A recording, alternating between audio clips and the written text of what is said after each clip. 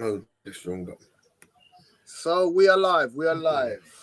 Ladies and gentlemen, welcome again to Arsenal 101. Myself, Tony the Pugilist Boy, joined by Gary, aka the coach with the most. How you doing, Gary? I am not too bad, sir. Not too bad at all. Cool. Looking forward to today after the Newcastle held City. Important to get 3 points and hopefully score a few goals. Got a little bit of a stutter in your stream. Don't know if there's something that we can do about that. But yeah, guys, I will grab a team sheet for yourselves, but it's quite simply Raya is back.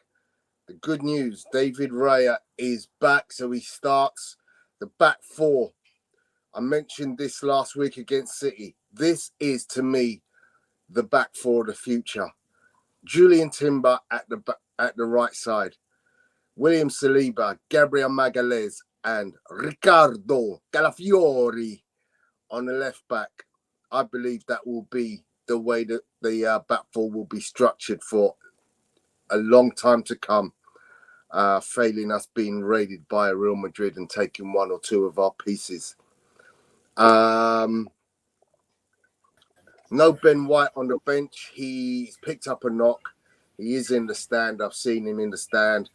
So the backups will be Kivior, Smart Skelly. Who else have we got to back up in the defensive unit? I'm not sure. But the midfield is Thomas Partey once again starting. This is great to see Thomas getting six in a row, isn't it? Yeah. You know, I'm glad he's got the week off. He had a whole week off to recoup, recharge. And I believe, quite honestly, we saw a very good performance from Thomas against Man City. Declan Rice, Kai Havertz, and then up front we've got Martinelli, Saka, and Trossard. Obviously, we might see a swapping of Havertz and Trossard. It's unfortunate that we don't get to see Nwaneri starting. I personally would have given him the start. Leicester about to kick off to the right of my screen, going to the left. Jamie Vardy in the box. You're on the way. Okay. Yeah. Yeah, I thought Nwaneri might get a little start today. He looks ready, doesn't he? He looks like he's got something to offer. Yeah, he's got an eye for goal. He's also got an eye for a good pass.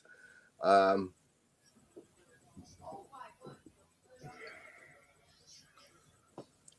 positions that Timber takes up, man, he's literally playing CDM with Thomas Partey.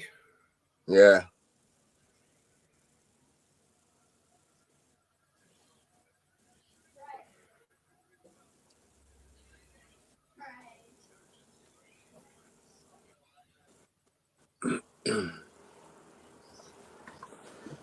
Salute to D-Dubs in the house. Big up to you. Hope you are well.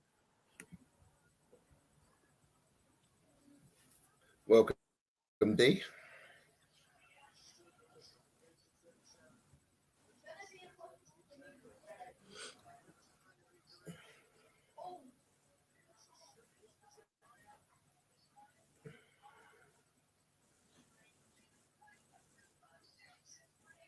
Martinelli let loose very early for a run, but the keeper did well to come out of his area and clear up. Yeah, I think that's something we should do more often, playing that ball in over the top. Yeah, because he's got so much pace. He's easily one of the fastest. If you get it right, it can be a real dangerous weapon. Especially teams that would like to play a high line. I just don't understand why we don't do it more.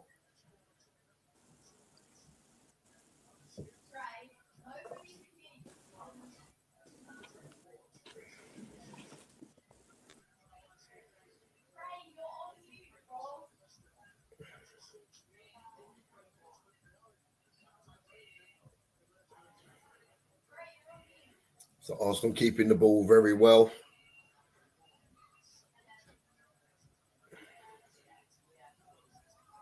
Go on, Saka. Just in case Birchall's not watching, Saka's just beat two men.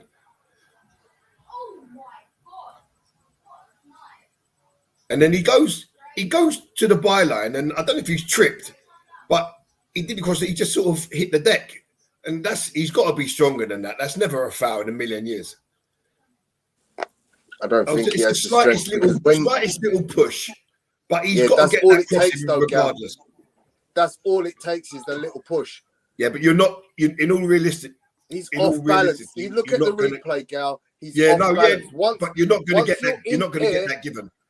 I tell you something now. I tell this about dynamics in boxing.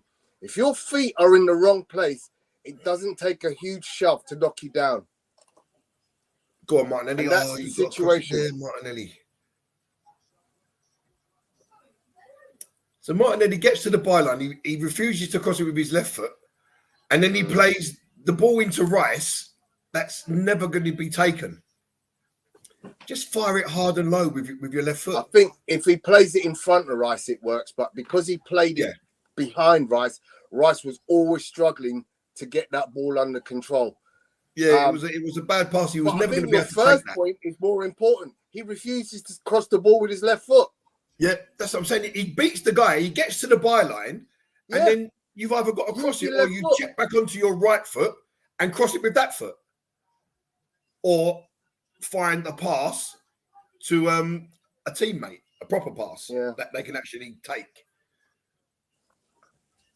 I mean, I know he gets a lot of plaudits for his defensive work, but ultimately he's in the team because we need him to score goals and make assists.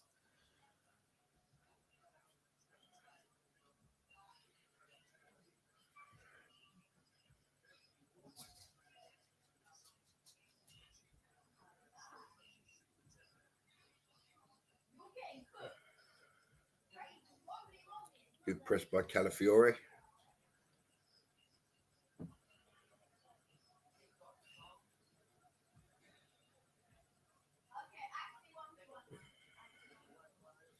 And Timber presses and wins the ball back for Arsenal. Partey's tried to slide it back to Timber and he's give it away. Leicester come forward now with Jamie Vardy. He's found the open man, and Calafiore gets across to block the shot.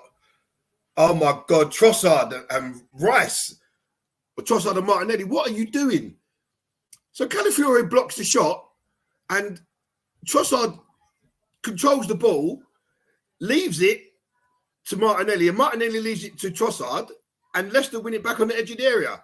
But fortunately, it comes to nothing, and it's out for a throw to Leicester just on the halfway line.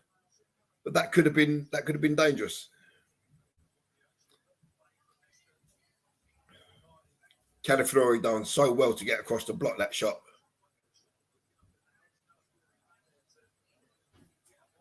And Saka's down. I think he's holding his neck. Let's have a look.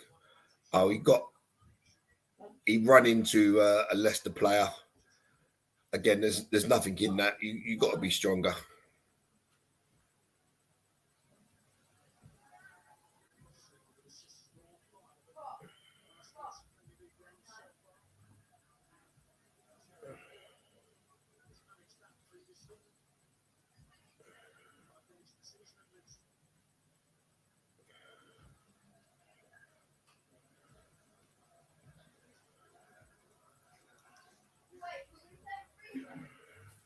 And Leicester nearly played out through the press there.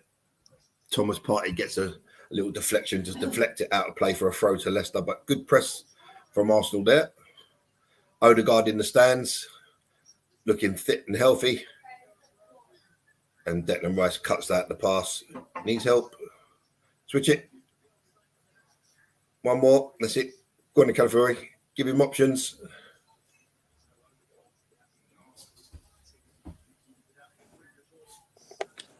And here come Arsenal again. Rice out to Bukayo Saka. Saka beats his man again.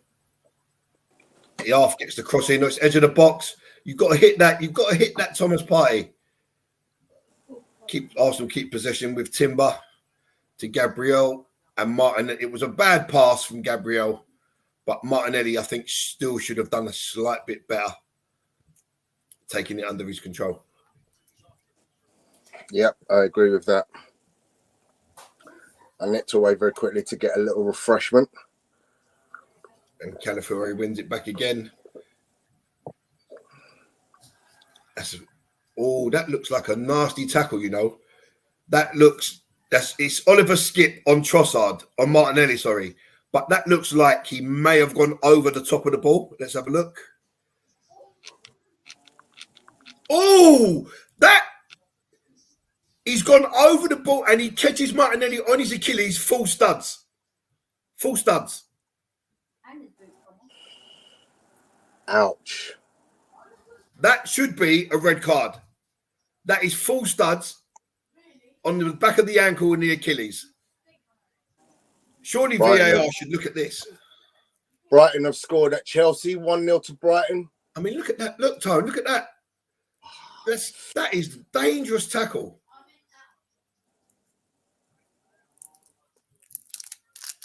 See, this is what amazes me about VAR. How are they not looking at this? How are they not saying to the ref, can you go and look at this?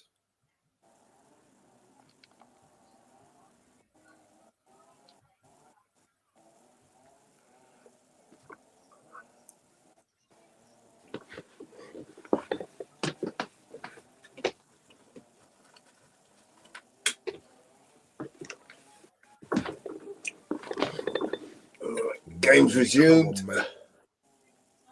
Yeah, Martin, he gets to the byline. He crosses it with his right foot. Doesn't beat the first man. Corner to Arsenal. Arsenal have a penalty, according to Guardiola.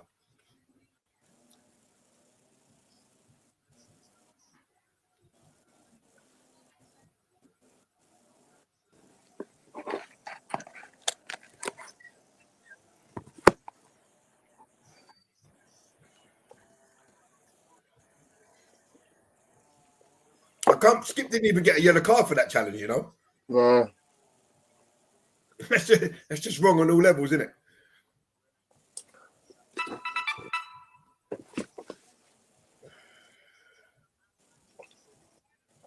Saka with the corner. Easy for the keeper. And it's easy peasy, lemon squeezy. I might have jumped ahead of you guys. I'm on 9:50. Yeah, same as me.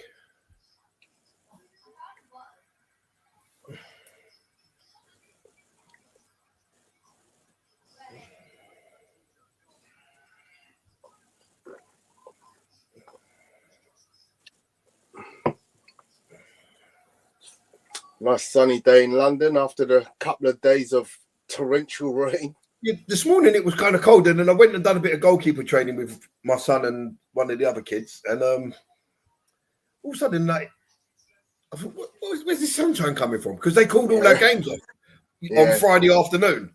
Really? Yeah, on Friday afternoon, the council said all pitches are closed. Wow. But the grass was pristine. There was nothing, didn't even look like it rained.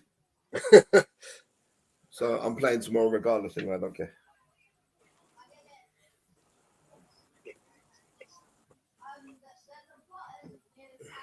Timber makes everything look real easy, man. He does. He's got really great touches, isn't he? Yeah, he just lures the player, then it's just as they're about to tackle, ball's gone.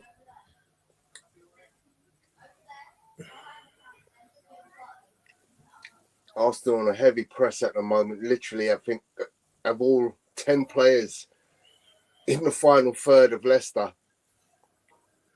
Of course, Leicester have all 11 players in their own final third to defend. Yeah, if a lot of movement going on. Also done that, they'd be criticised. A lot of movement going on. Oh, unfortunately, there. Give away a corner. Throw in.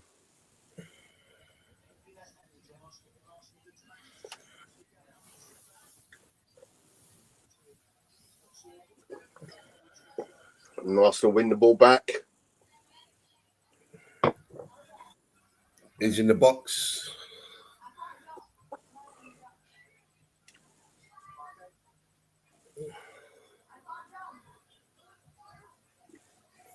Come on, Martin. What you got? What you got?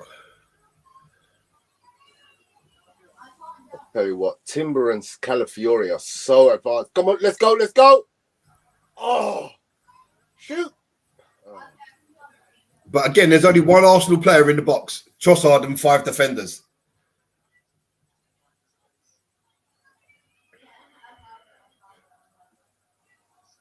Saka plays a 1-2 with the Leicester player. Hit it, Thomas. Oh, hit by Timber. Hits the player.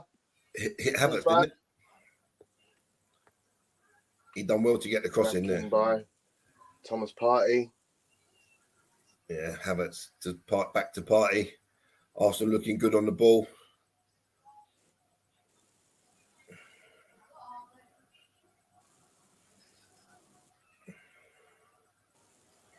Back inside. Now we've got Calafiori on the right-hand side. I'm just going to say exactly the same thing. What the hell is this guy doing over here?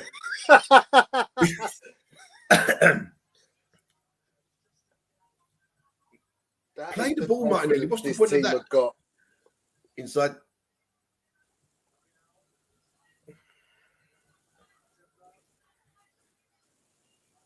Fill the box. Oh, why didn't you hit that, Thomas?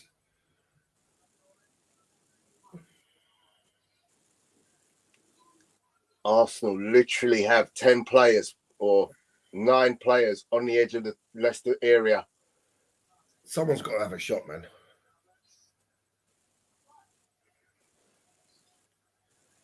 Nice feet from Havertz. Cross comes in, deflected out. Leicester struggle, can't get it out of their own half. Yeah, they are absolutely penned in. Easy peasy, lemon squeezy. It's like a training game so far, Tom. Defense versus attack.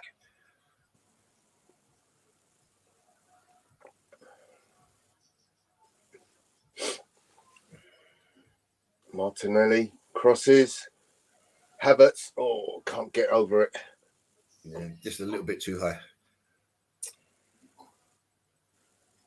Well played, Saliba. Yeah, Vardy's not playing against Mustafi now, mate. Shot from, great shot from Saka. Yeah, was on target, but the goalkeeper got down well to his right. Yeah, it was easy for the goalkeeper. It was along the floor all the way, wasn't it? Yeah. But that's what you want to see Saka doing. And then sometimes you've got to have a shot from distance. You can't keep trying to pass the ball through 12 men, a bus, a train, the coach. Do you know what I mean? You've got to have a shot. Well in, Saliba wins the tackle. Go on, you're in. Must be. Finish. Finish. Martinelli. Honestly, man. No. It's not even on target, Tone. That is the one thing you've got to do. Get it on target. I mean, he could have even taken that on his right foot. As it's played, he could have just taken the touch, got it out in front of him and hit it on his right foot. He pulled it from his right foot to his left foot unnecessarily. It's come to his right foot. He could have just taken the touch. Yeah. Bang. Yeah. Or hit it first time. But you've got to get it on target. The manager's got to be tearing his hair out because those one-on-ones are just coming too regularly for him. But you know what? A lot of people go, oh, he's got no help on the left-hand side. But he has a fair amount of chances. He's getting that all the time. He just doesn't make the most of them. And then that's why people look at Saka and think, well, Saka's got Odegaard because Saka makes the most of the opportunities he has. 100%, Gary. 100%. You know, but this is my only gripe is, right, you understand that strikers are going to miss chances. But in these tight games, when you're playing Cities and the Spurses and this, that, and the other, you may only get one chance in the game. That's right. And you have to at least hit the target and make the keeper make a save. At the very, very minimum.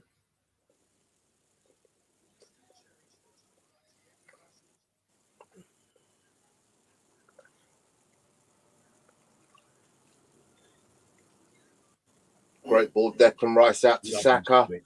Lovely switch. Oh, Saka's got the run of this guy.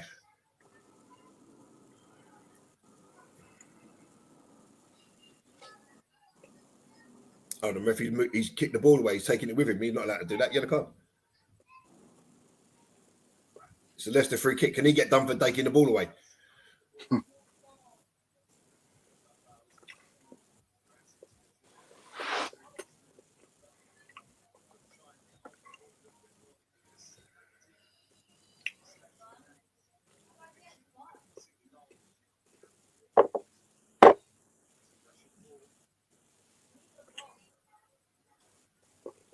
Look at Thomas Partey. That little acceleration burst from Partey there. Yeah. Good covering. He knew that the touch was going to be bad.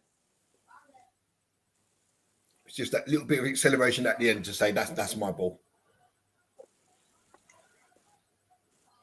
Oh, bloody hell. I had Kitters there with the back pass, man. I thought, where's the keeper? He was in the shadow. He was in the shadow. Yeah. And it looked like the back pass was a bit heavy. The yellow in the sun. But it also looked like the back pass was a bit heavy. And I thought, where's the keeper? And then he also just appeared out the shadow. You laugh. I remember Lee Dixon scoring an own goal from the halfway line. I was there, mate. I remember it well. Yeah. So you do see these things happen occasionally. Yeah.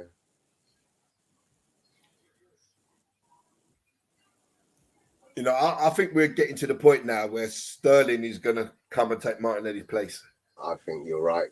Once he's got the team vibe down to a T, he's going to offer more than Martinelli. Left foot, right foot, runs in Campbell, thank you. Oh, lucky.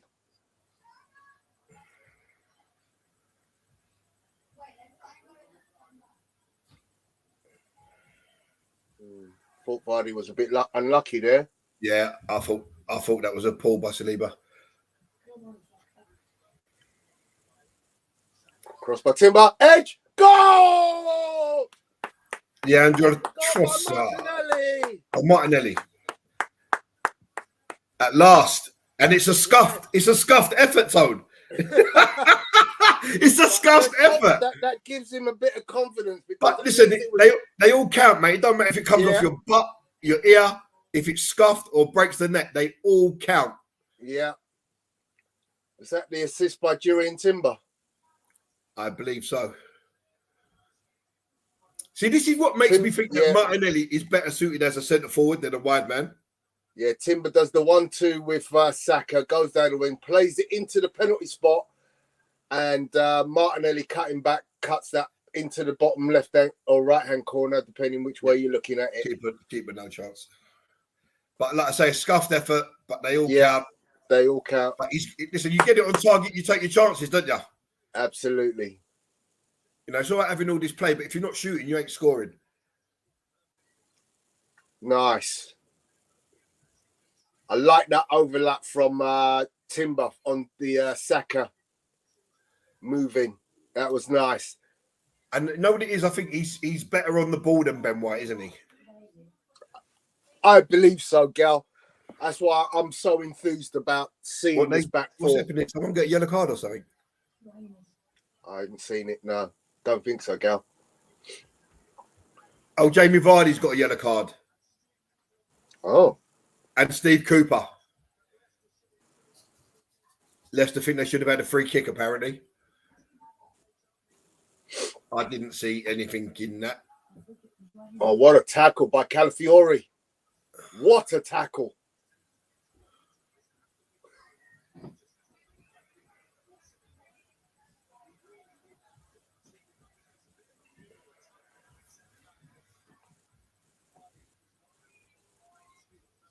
Have you jumped further ahead of me now? What do you do in your house, man?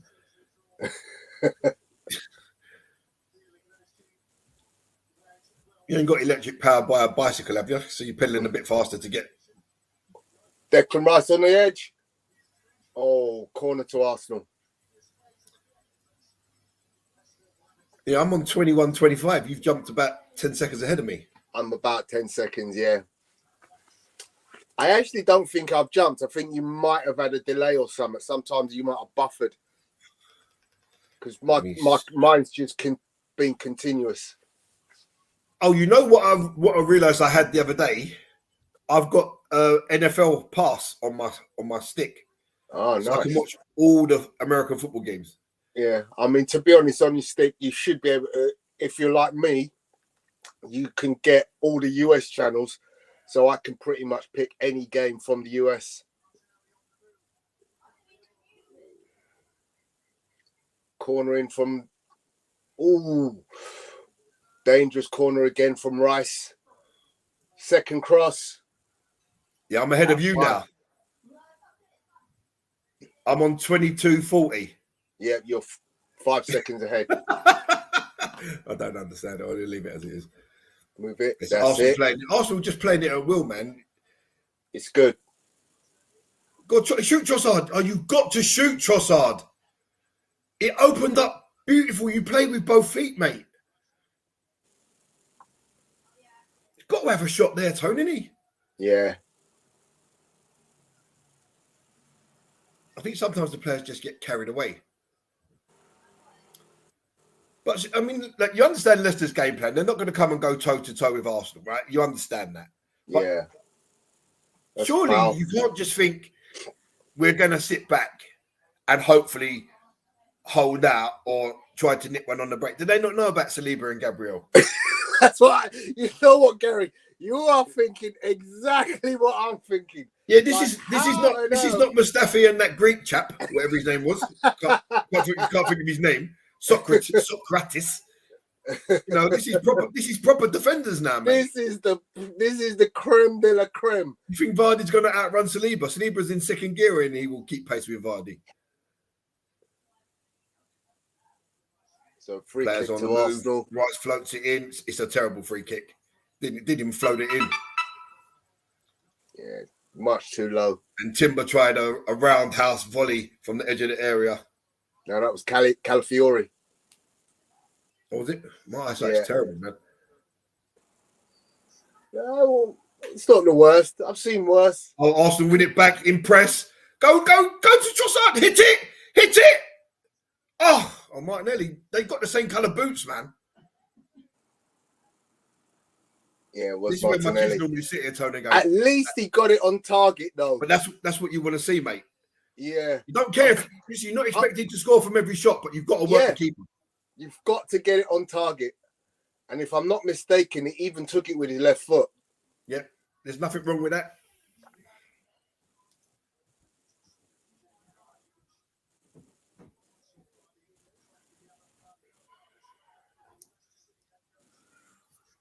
Arsenal back to Raya. Good press from Leicester. Arsenal just allowed to play it at will here. There's no press on the ball. There's nothing. Lovely switch, Declan Rice. Calafiore. Go on, son.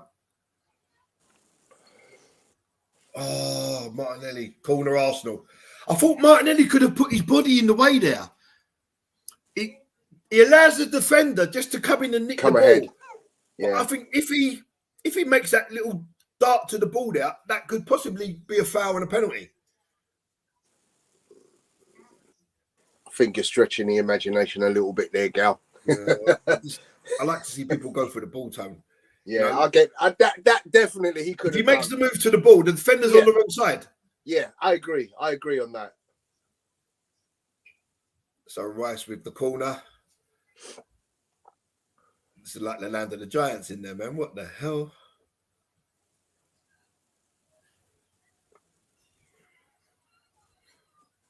Corners in. Keeper punches. Saka edge of the area. Bang it, son! Oh, and he scuffed it. And it's deflected, but Arsenal win it back easily. And it's back with David Raya. I'm pretty sure Trossard tried to get it back to the goalie first time, but he miskicked it. Oh, what a switch that is. What a switch. Martinelli's on the right wing now. And so is Saka. And Gabriel Magalhaes is right in front of him playing striker. You see what Thomas Partey just did there, Tone? You're going to see it. Thomas Partey makes a move to the ball. Yeah. That's what I was saying that Martinelli should have done.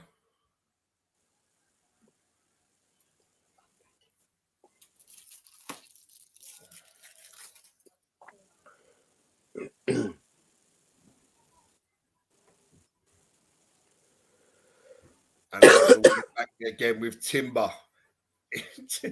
This guy Timber, he just does what he wants.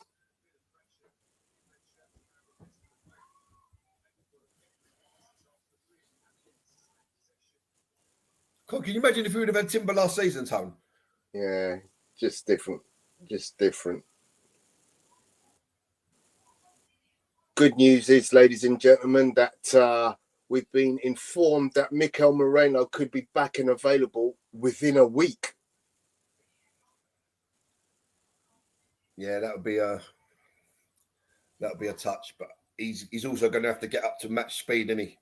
So yeah, but he's had a lot of time to understand how we play. And I ain't being honest, but I think the kid's got natural ability, IQ wise, to just come in and do a job. When you're coming in cold, Tone. When you're coming in cold, it ain't good. I know you like that analogy. Yeah. Sometimes players have just got the IQ to be able to pick up. And Calafiori is another one. Sorry, Tony. He just switches the ball out to Saka, and it's just like effortless.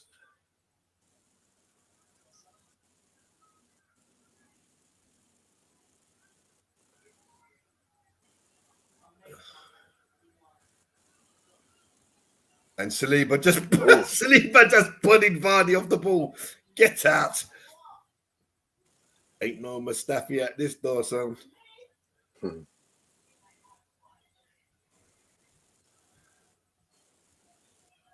You've got to come with a bit of a better approach than this, man, because have you not seen Arsenal defend lately?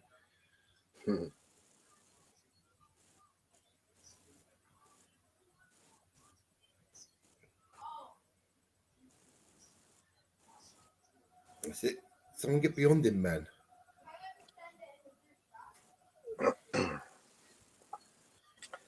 So having gone down 1-0 early, Chelsea have brought it back to 2-1. Brentford are 1-0 up against West Ham currently. And Crystal Palace are winning 1-0 away at Everton. Nottingham Forest versus Fulham is still 0-0. What a switch, man. Some of our switch play. Saka, that's a good tackle. But he just danced past that Mavidi. Yeah. But who's there? Kai Havertz. Who's covering? Kai Havertz. And then he allows Timber just to nick the ball because he blocks that Mavidi off. Yeah. He does that job so well. That's why he's a better fit in the 10. Because he does the running.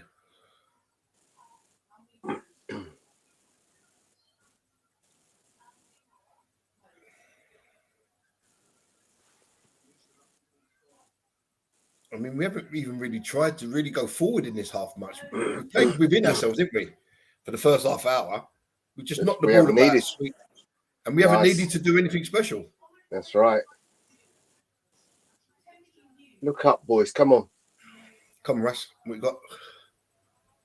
Oh, lovely Calafiori. Oh, that's a free kick. Well done, Calafiori. Lovely little cut inside. And the yellow card for whichever Leicester player that was. He's got a nice dribble about him, hasn't he, Calafiori? Yeah. And that's indeed Wilfred. It's a scissor tackle, mate.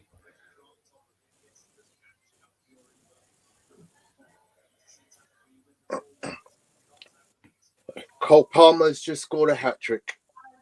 3-1 to Chelsea. And Chelsea have got a decent squad, man. Yeah.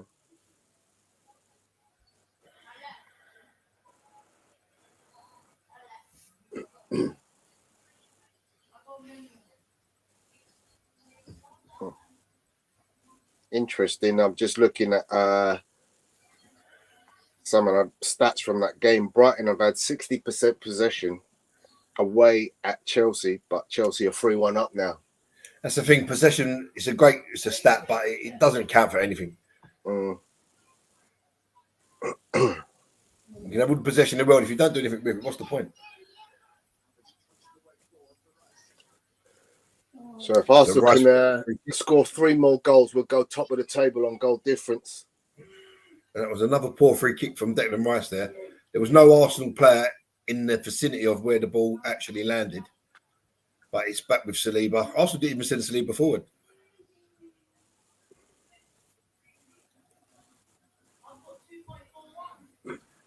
Vardy better have another Red Bull. He needs to grow some wings, man, because Tuesday he ain't done nothing.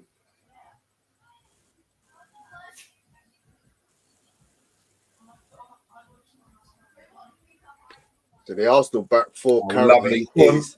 Richie Trossard. Come on, Martinelli. Take him on now. Take him on.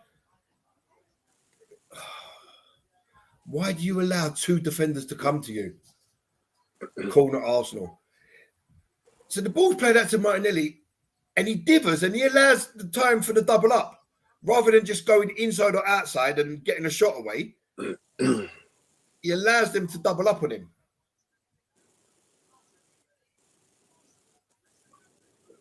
I think sometimes when you have that space, you've got to run at the guy. So can Rice get the delivery right? Third time lucky.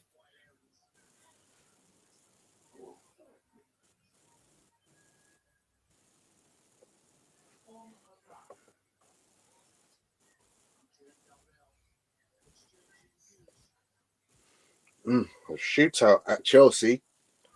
Brighton have now got 3-2. Oh, what's going on there? Hit it, Rice.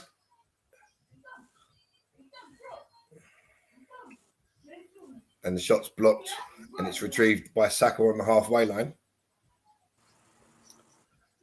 And he can just turn and he can slide the ball to Havertz. It's just... And Timber on the overlap.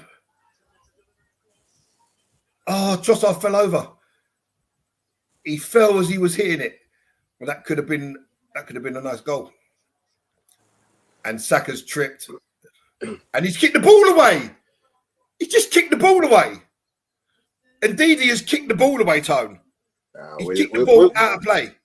Yeah, I'll take that one. I ain't got a problem with that. Players on the floor.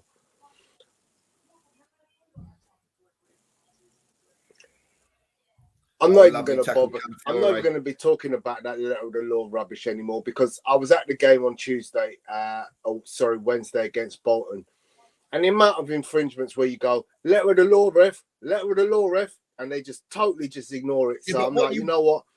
I'm not gonna bother anymore. I agree. I've just come to the point, Gary, where I just don't expect any referee to give Arsenal anything in their favour. I think it's a stupidness because you've got to realise sometimes what's what. But the thing for me is you've got to have the consistency.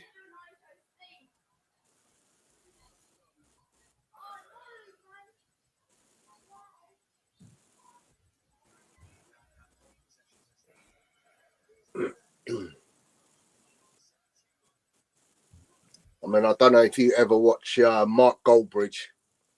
Yeah, I've seen a couple of his clips.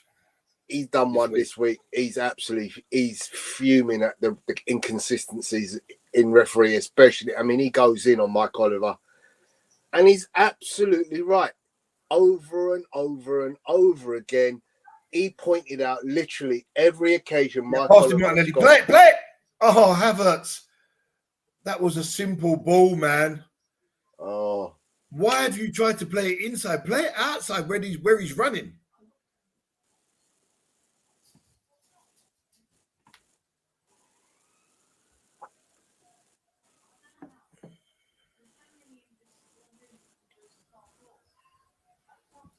So 9 attempts from Arsenal, 4 on target, 1 attempt from Leicester, none on target. Can't remember the 4, mate. I literally can't remember the 4 efforts. Saka had 1. We scored from 1. No, I mean the 4 that Leicester have had. Oh, and Havertz heads just wide. Yeah. Just wide. Cross from Trossard. Some of the overlapping and stuff like that is absolutely superb. And he does everything right. He heads it back across. The keeper's no chance. If it's in the corner, it's in. Yeah.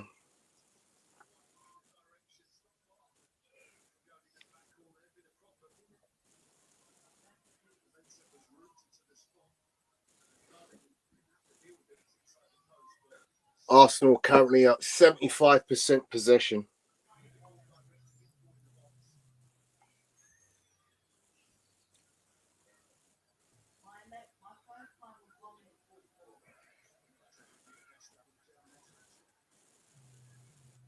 Pushing the back, ref.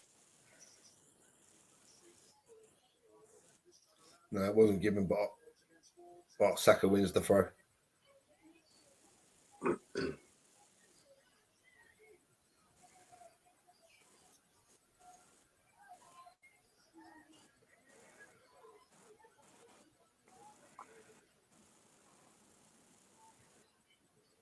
Oh, lovely touch, Saka. Oh, brilliant. That's brilliant. Oh, that's so unlucky. Watch this bit of play coming up, Tone. Oh, yeah, Very nice. almost. If that pass from Trossard would have got to Timber and he cuts inside, that would have been one of the goals of the season. Beautiful one-touch football. Why is Saka taking the throw, bro? He doesn't know how to take a throw.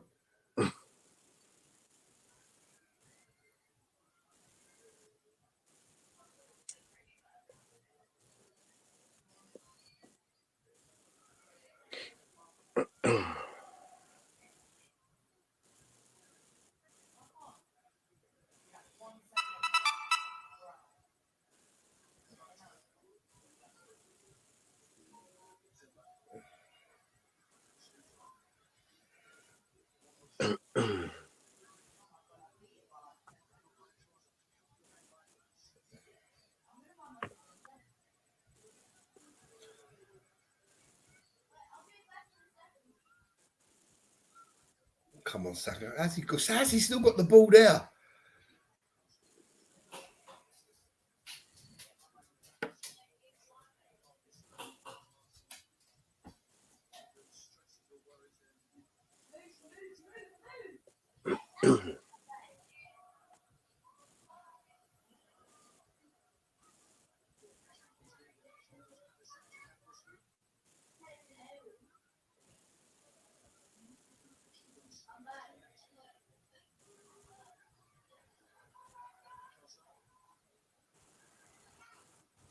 Holding ref.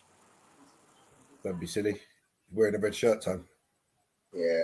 Oh, stop it, Timber. Just get off the pitch, mate. That is obscene what you've just done.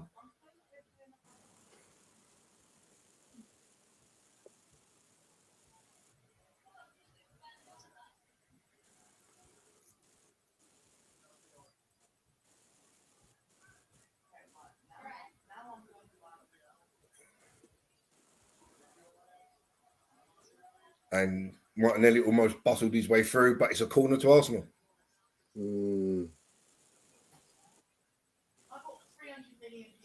I don't know what they're complaining for. What is he trying to get from the referee? Shouting for a foul or something, wasn't he? So this is our fifth corner. Yeah. There's another ball on the pitch.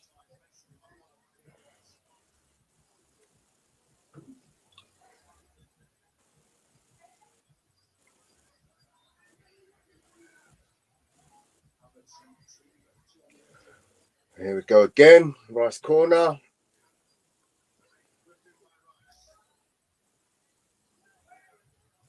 Why didn't the keeper come for that? And that's the slightest little nudge, and it's a free kick. The pressure relieved on Leicester.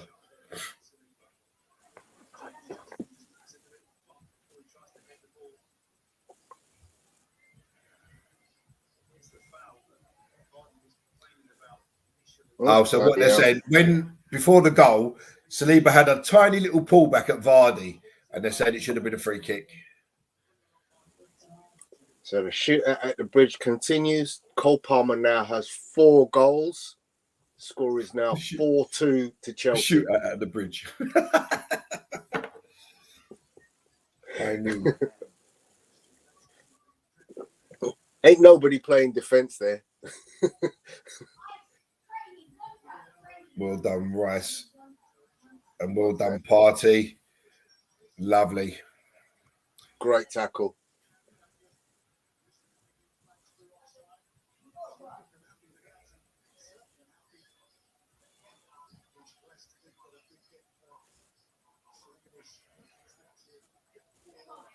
Look, the ball's on to Martinelli. He's got acres of space, man. It's evident that both of our wide men have the beating of their opponents. Yeah, you know that wide man was actually Calafiori at the time. Oh, was it? Oh, sorry. My eyesight is terrible. Because Martinelli had gone in field. Yeah, I can see him now. On the edge. You know what it is? Sometimes you just assume that it's the player because that's where he should be. Yeah. But that ball is still there. Now they swap. Calafiori comes inside.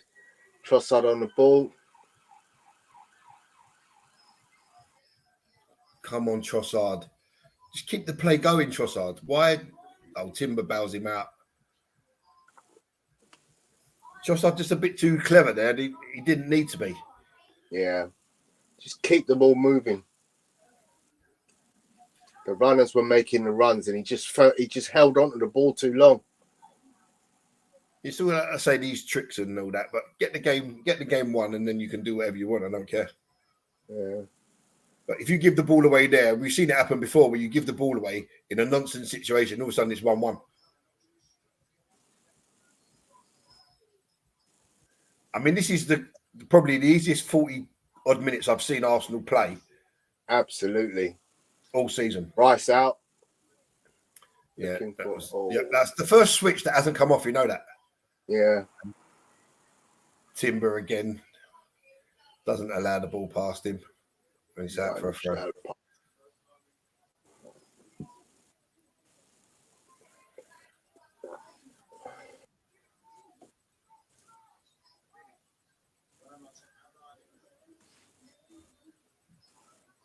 But we had the ball, ref. Why would you give the offside? We had the ball. We won it back.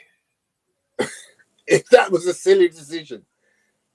And how long after the offside was that decision made? That's what I'm saying. Bob Wilson and Pat Rice. That is, yeah. You know, if Leicester get the ball back, then you blow up, give it offside. But we had the ball, and we was in an attacking maybe situation.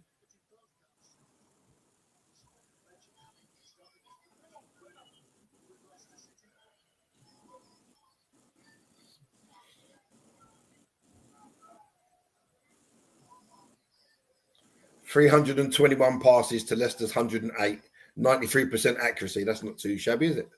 No, that's pretty good. But still only the one proper decent effort on goal, which Martinelli turn out nice. If you can class it as a decent effort. Come on, let's turn this possession into some goals, please.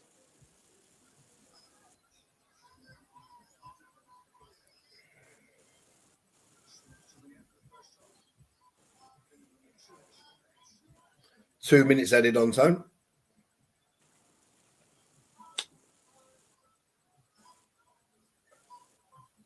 Don't know about you, Gal. I would like to have seen Nweri playing in this game.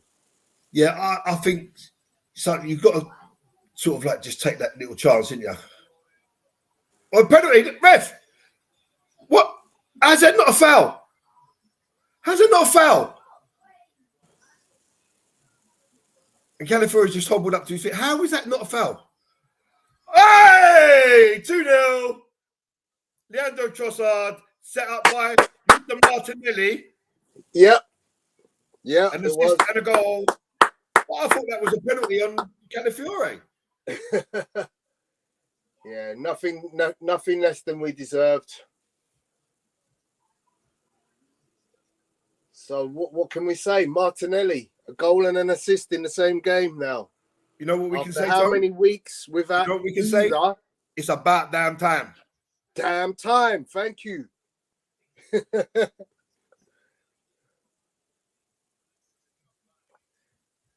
See, that's where Trossard's dangerous in the area. He takes up great positions and his finishing is deadly. And that was with his left foot, you know, the cross. It was again. I was just going to say it, Gal. Oh, nothing gets past the 18, mate. Apollo would have never spotted that. Excellent. Yeah. Are they checking for offside here? You get nervous where every time there's a goal scored, you get nervous, right? The game hasn't restarted yet, so they're checking for offside or something. Possible offside. And I just thought that Martinelli may have strayed a little bit offside. It's not there. It's back a bit. Wind it back, mate. It's not there. What are you doing? Can't have been there. Can't be there, can it? Nah. Where? It was when the ball was played to Martinelli. No, the goal's given. The game's resumed. That made no sense. Why was he checking the finish from Trossard? Oh, God.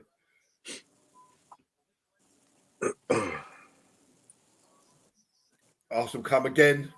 Go on, Martinelli. Just tear down the line, mate. Go on. That's it. Now cross. Now cross. Oh. See where he was, yeah? That was the problem, Gal. Did you notice he didn't put his head up once? Yeah.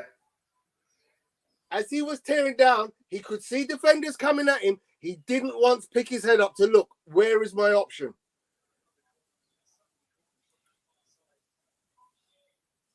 Yeah, I mean, it's a big problem. And it's something that is hard to get out of him because he's still doing it. Yeah. And by now, you should have had that out of him by now. So, 6th corner of the game. Come on, deck. Let's make this one count. This has got to be the last kick of the half. We're already nearly 49 minutes, nearly.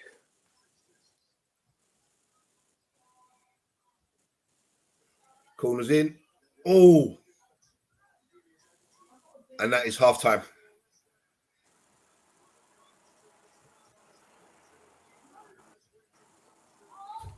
So, good half by Arsenal. Yeah, I mean, it was easy, Tone. That was a cakewalk, that, weren't it? It was, yeah. That was, I understand you're playing against one of the top teams in the league, but you can't just sit there and hope that you can knock a ball to Vardy and he's gonna run down Saliba or Gabriel.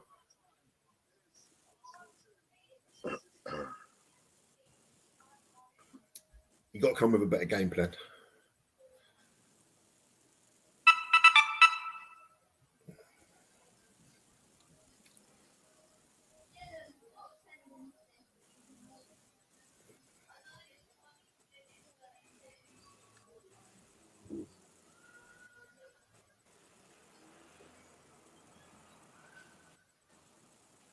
So Chelsea have had 5 shots on target and scored 4 goals. Mm.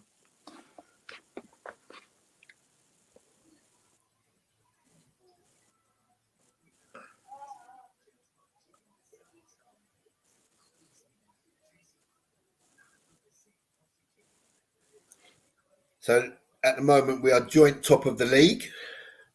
And I believe we are 1 goal behind. 1 goal behind, yeah.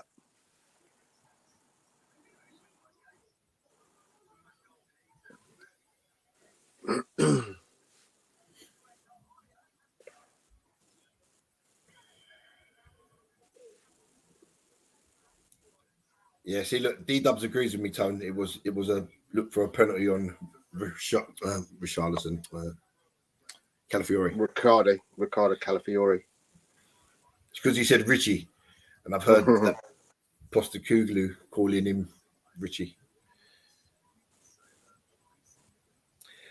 Yeah, and look, D also agrees with me. Look, Martinelli's a striker. He's not a wide man. I like D. No, Man City drew D 1-1.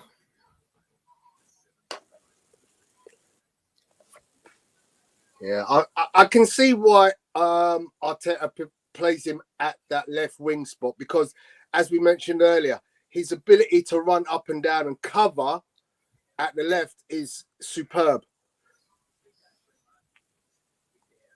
It's one of the hardest positions to play because it takes so much. You're up, you're down, you're up, you're down, you're up, you're down. It's a non-stop. Yeah. But I say he's got a. Hopefully, this is the start of him coming back into some form, a goal and assist. What up, Victor? The Arteta hater. Could be Kenneth in disguise. We're not sure.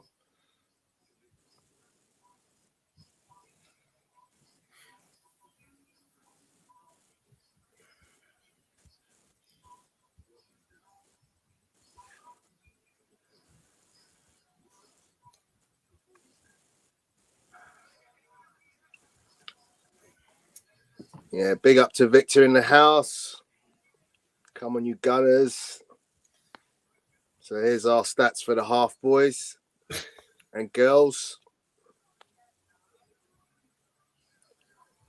75.6 versus I'm not 24. I'm not happy with the 75.6 tone. I think that should be 85.6. How about this one, Gal? When did they get the one touch? I ain't seen that. We must have missed that time. We must have missed that. So we're 2-0 up, and their keeper's made 3 saves. So and the final stat for the day.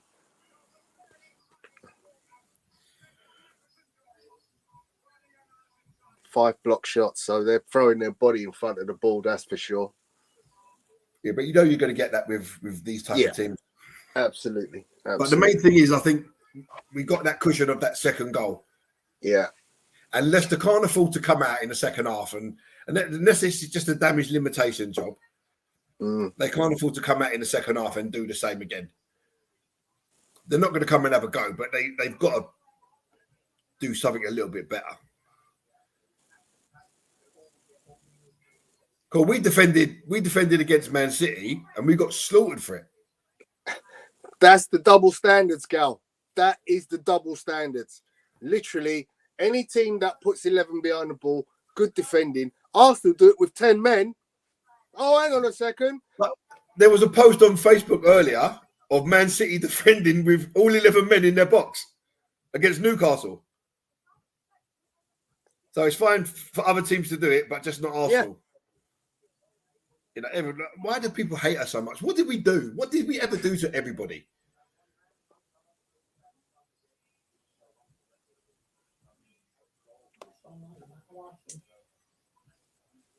Is it because we moved from South London to North London? Is that why everyone hates us? Well, that's why Tottenham hate us, but I don't know why anybody else would give a toss about that. It's a craziness.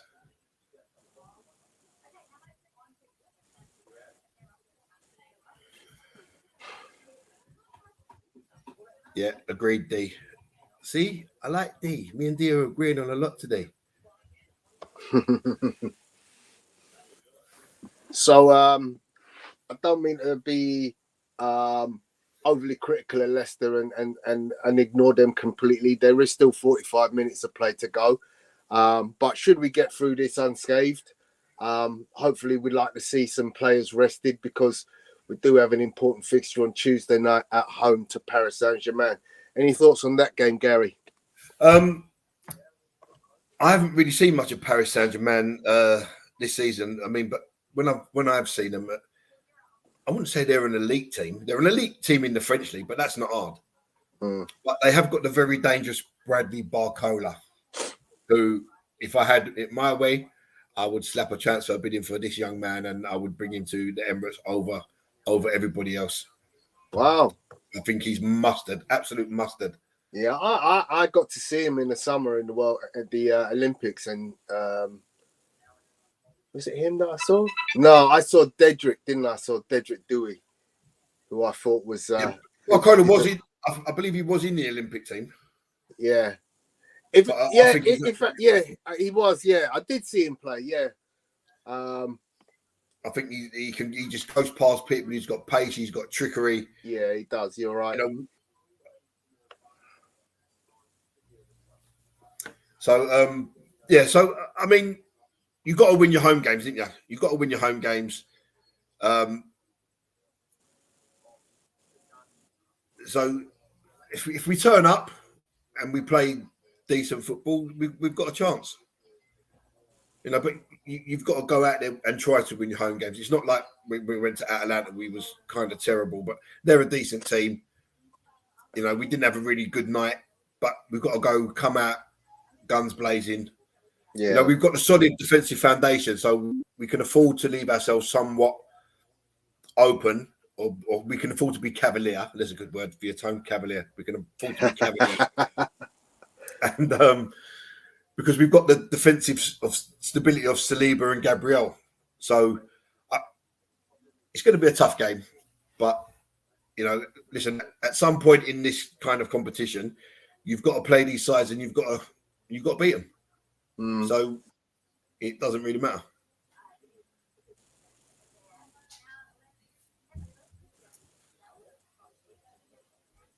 Yeah, I remember that, Victor. I remember what you're saying there. Arsene Wenger used to hate Sam Allardyce with a passion when he was Bolton manager, because they used to do us all the time with long ball, winning the flick-ons, winning the second balls, and Wenger used to hate it. But it's part of the game, right? Before the game changed, when teams started playing football, really, from when Arsene Wenger come in, really, it became total football in this country. You know, but before, it was lump it forward to the big guy, let him get a flick on, let the little guy run off of him and score a goal. Yeah.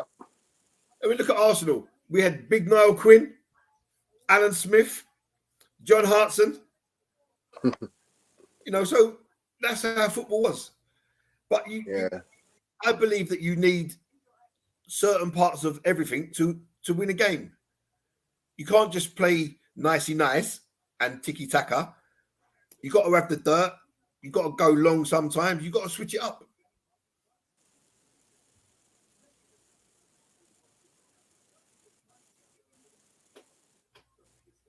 Oh, lovely goal from Brian and Bueno. Scored a lovely volley for Brentford,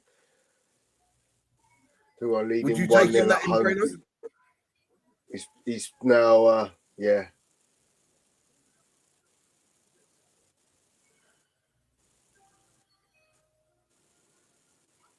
Yeah, lovely goal.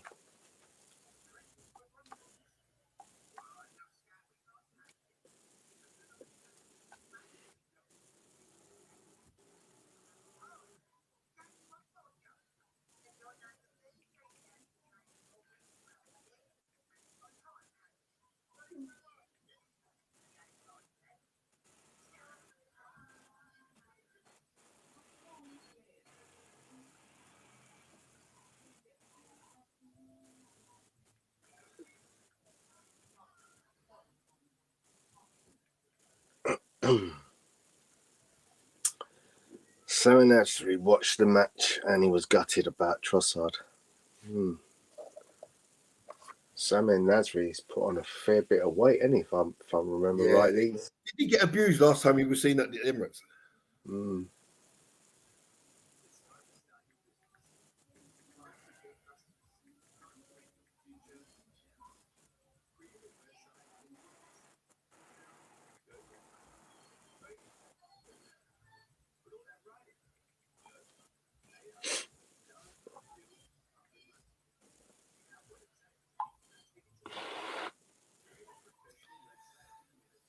Yes, I mean, there's not really much you can say about that half, really, because it was just so easy.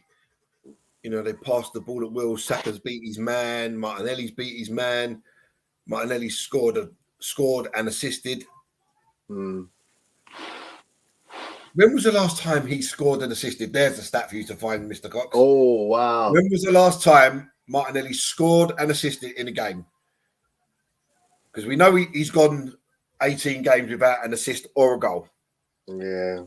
So that takes us back into what, April last season? Basically, yeah.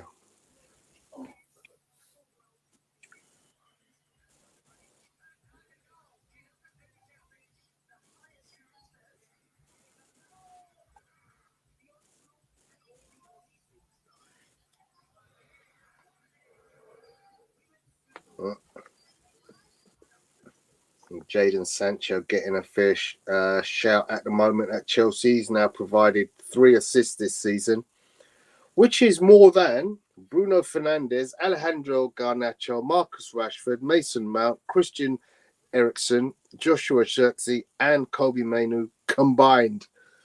Yeah, it just shows you when a player just doesn't want to be at a club, doesn't like the manager, or whatever the case may be. It just shows you when they go somewhere else how they perform.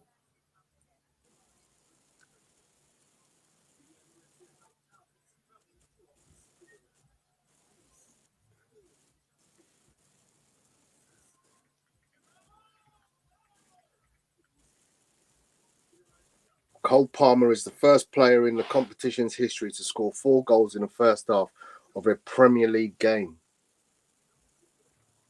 Wow. No player has scored more Premier League hat-tricks for Chelsea than Cole Palmer. What's he got, 3? 4. 2 or 4.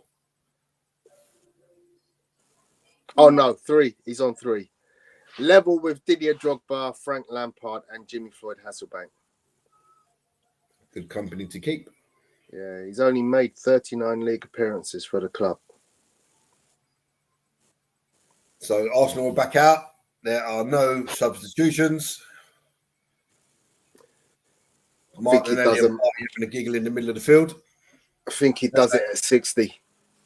60 minutes. I would. Victor, question 1. Is City vulnerable now about Rodri? City's win rate, Tony may be able to find you the stats, but I believe it's something like, is it 31% of the games that he's missed, they've failed to win? I'm sure I saw them figures banded about. I don't know what context they was in, though. But, yeah, they don't fare well without him. And De Bruyne's looking like he's also out for the next couple of weeks. And it just shows you. And did you see Kovacic done another tackle like he done to Rice and Odegaard today? Yeah, I saw it.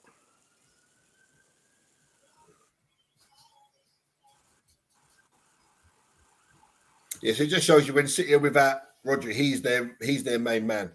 Yeah, and so they in struggle Man with him. City, here's the stat. Man City have lost just 2% of games with Rodri in the team, compared to 31% when he's not in the team. Yeah, I knew it was something like 31%. Yeah. Win rate 74% with him, goes down to 62 without him. Well, him going. I mean, you know, they're still a strong side, so you know they'll miss him, but I think they've still got fortitude in it and you know, quality in numbers. You know what? I mean, you say that, Tone, but it's like, how's that a free kick? Are you kidding? Are you actually kidding? And a yellow card for Saliba. Are you actually kidding? What did? That's just mad. What did he do? He's running in a straight line. Vardy cut across him, but Saliba, what do you want him to do? Just, I don't know what he's supposed to do. He hasn't made the trick. Of him. He hasn't stuck a leg out. Nope. Vardy cuts across. He's running in a straight line, and the man runs across him and falls over. Free kick harsh, but yellow card? Really? When you saw that tackle that they done and didn't get a yellow card? Mm. Oh, 2-1. They've scored.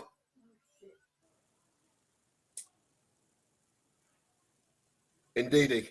So literally the first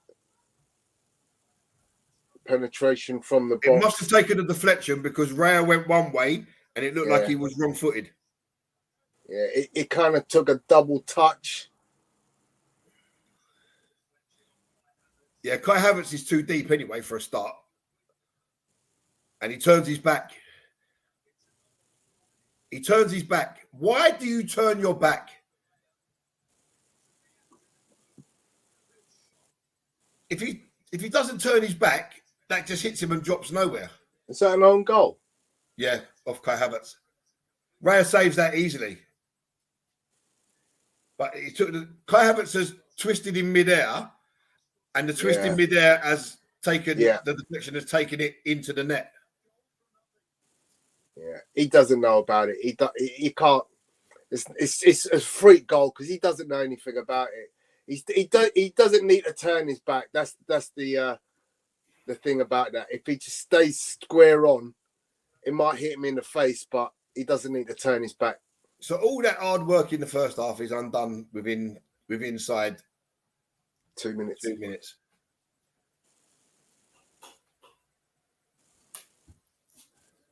See, now you give these clubs something to cling on to now. Now we need to go bust up 3-1 straight away.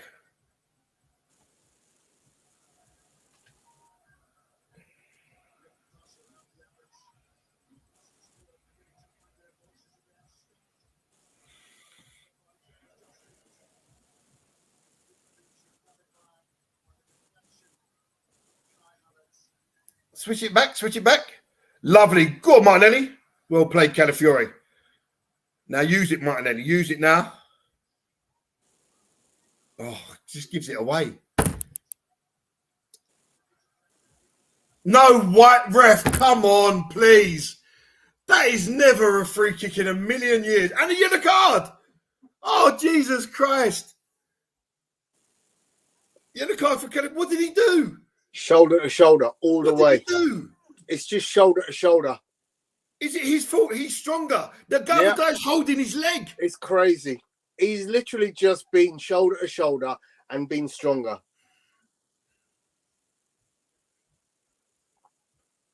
Do you know what? I'm literally shocked by the 2 yellow cards that we have just received.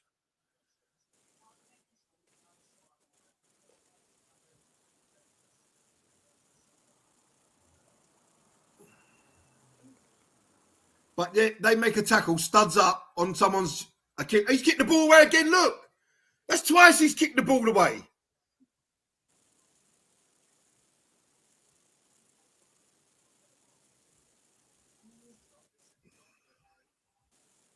So it's a foul by Skip, but indeed he kicks the ball away to stop us taking a quick free kick. I mean that's even a harsh yellow card for Skip. He hasn't really pulled his shirt and pulled him down.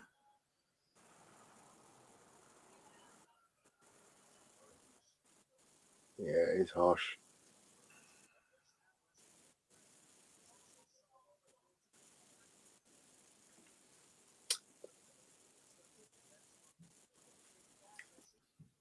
What do you think that they can do with the standard of refereeing? Oh, look, he's all over him. But that's not a yellow card, no. Oh, lovely switch. Go on, Rice.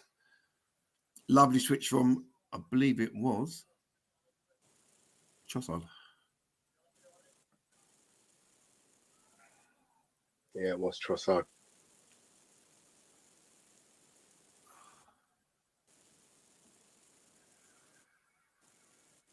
And Trossard sees it out for the corner.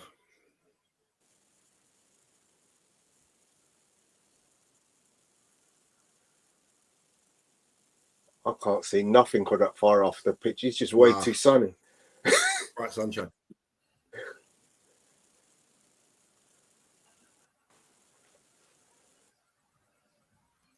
I still can't believe the 2 yellow cards. I'm still shocked from that.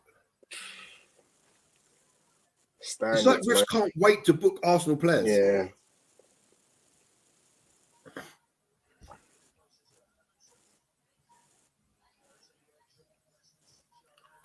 So the corner the question is it necessary? And it's picked up by Martinelli on the edge of the area. The cross comes back in. And it's flicked behind by the Leicester defender for another corner. We haven't quite got the corners right today. This is our 8th corner or 9th corner. And we haven't really put a decent delivery into the box. Yeah, well, we know that when we haven't seen Gabriel get to at least one of them.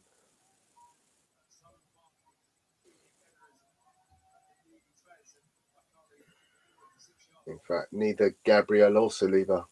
Normally one of them gets to something.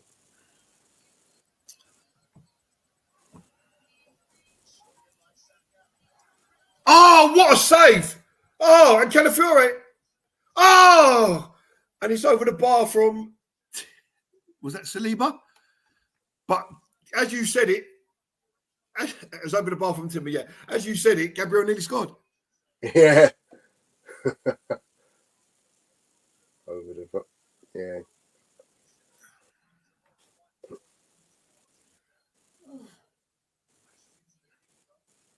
Good reaction from the keeper, but straight at him, he should save that. Oh.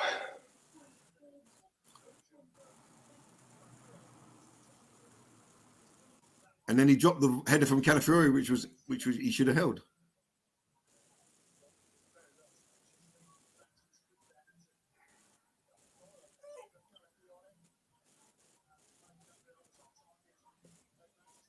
I went through Martinelli's legs, didn't it? Which one? The drop in the box, because I think Martinelli was literally standing in front of him when he dropped it, but it went through his legs. Oh, Play it. Oh, should have played it first time, man. Oh, what a ball from Trossard. Stop it.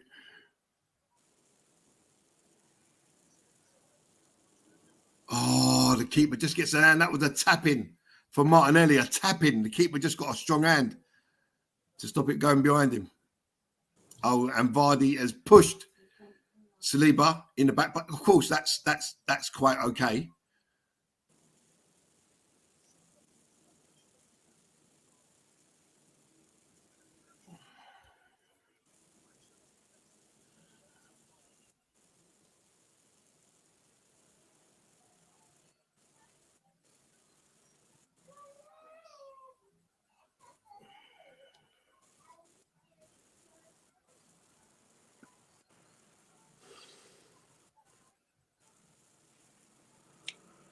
Oh, Leicester have got an overlap here.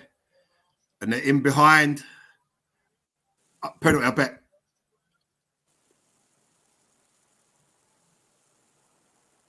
And so if that's not a penalty, has he dived?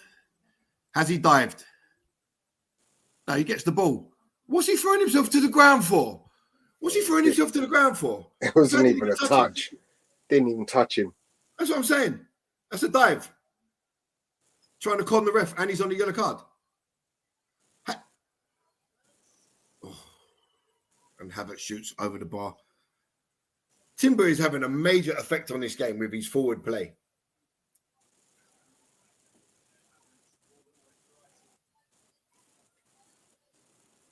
Wow.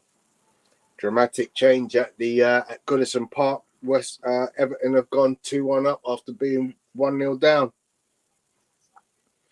I've got to start putting stop. Every time I bet on Crystal Palace to win, they mess up my bets. Betting's your first mistake, mate. I actually don't bet. I'm just in one of them leagues. Martinelli tried to take the quick throw, and the Leicester players basically jumped on his back.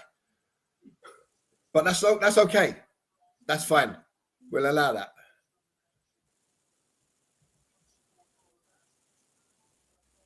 Play me.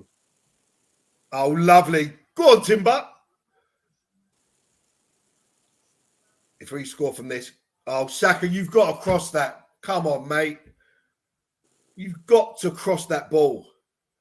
But lovely interchange. And again, Timber bursting forward. Oh, yeah.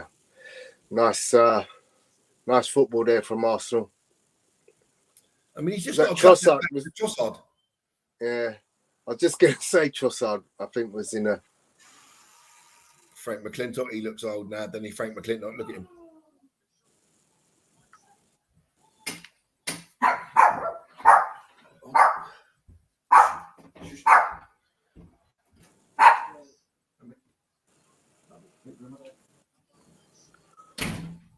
Fulham are taking the lead away to Nottingham Forest.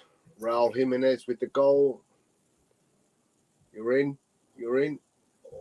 Oh.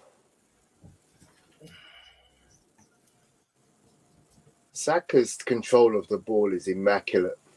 Apollo's just said Trossard hits the post. What is Saka doing? Pass the ball, man.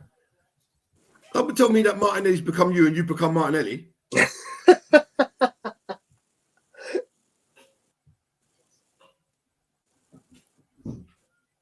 Yeah, it's official. Saka's become Martinelli. It's official. Yeah, I just said that, Apollo. Vardy is constantly pushing Saliba, but that's okay. Oh, what a save. I think he's hit the post, mate. No, I think the keeper got a finger on that, didn't he? No, I don't think so. Was he give a goal kick? I swear that the keeper gets a finger on that. We look from this angle will turn. No, nowhere near it, Tone. Nowhere near it. If that's in the corner, if that's inside the post, that's in. Yeah. Okay, You ain't got that in the room.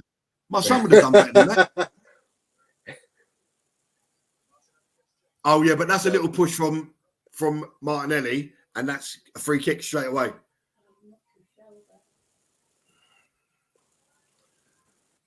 Oh, he fell nastily on his arm there.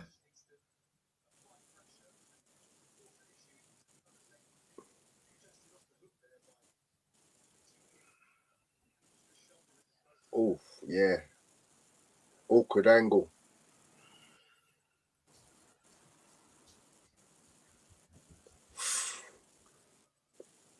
Looks all right, though. Stretch it out. I'll tell you what, I've got that shoulder ache this morning. Absolutely murders. So coming up to the 60th minute. And Gabriel shanks it out of play.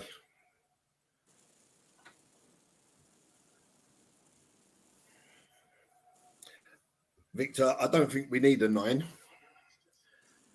I don't think we need a 9. We're capable of scoring enough goals, and we don't really concede that many.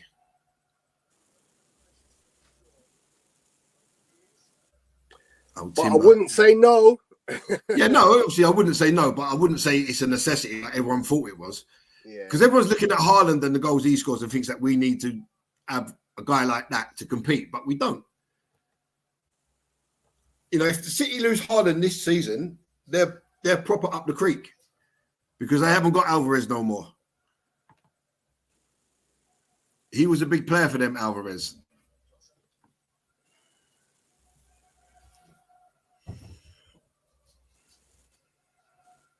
So I'm now calling Saka Martinelli and Martinelli Saka. Saka, what are you doing? He's trying to do too much all the time. Pass the damn ball, man.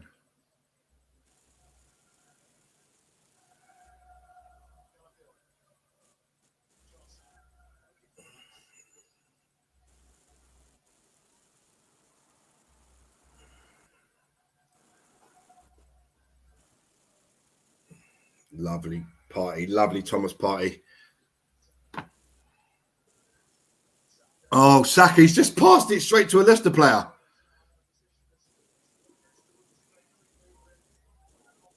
Saka's having a stinker, mate.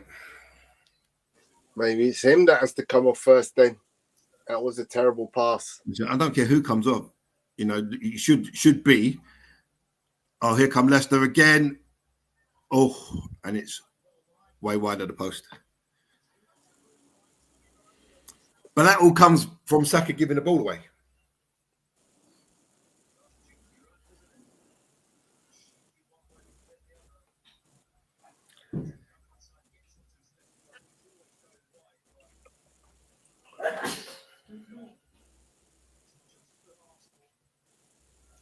Not what's needed, Havertz. Oh, Trossard ain't got the pace. That's where you need Martinelli. Oh, come on, ref. They might as well make football non-contact. You know that. Look at little Trossard. Oh, yeah, he did elbow him in the ribs. I'll give him that. I'll stand corrected.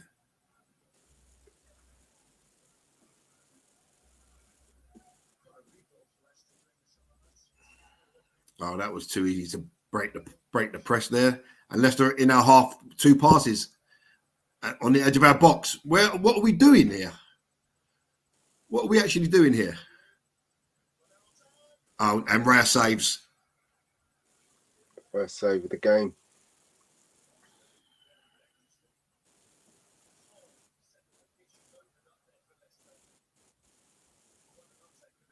And we've given the ball away again. And here come Leicester again. Arsenal need to settle down. Start getting the ball back under control.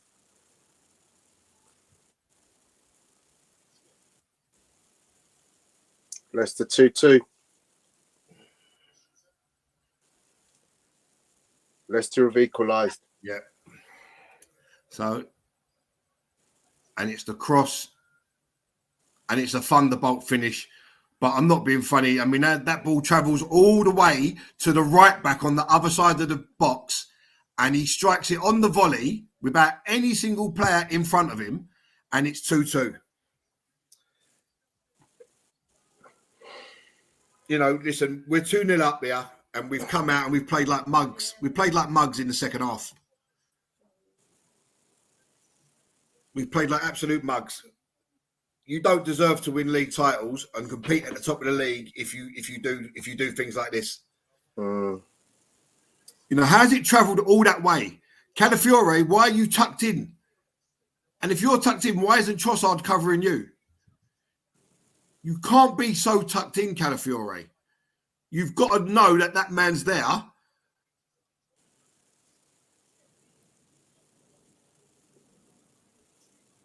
Yeah, no keeper saving that, mate.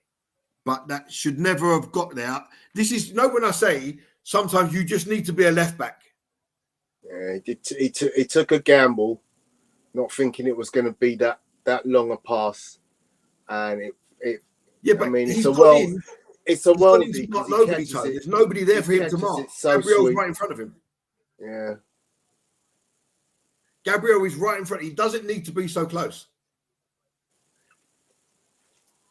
Oh, and here come Leicester again. And Thomas Partey turns on the afterburners for the second time today.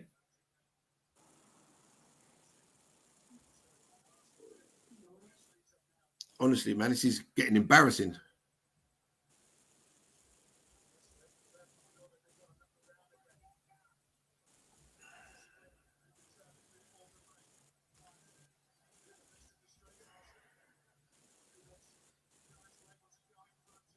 Good job we scored just before half time, innit? We'll be 2-1 down now. well, Taylor 2 halves, isn't it, really?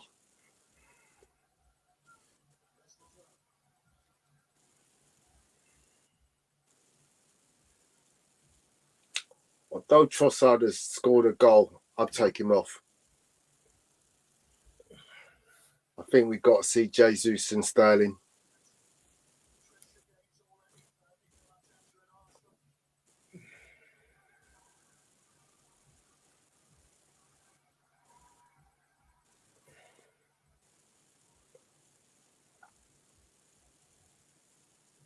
How are we drawing with this lot? Jesus Christ, man. You know, that's what I said. All this possession, it all looks good, but what's it count for? Nothing. Yeah.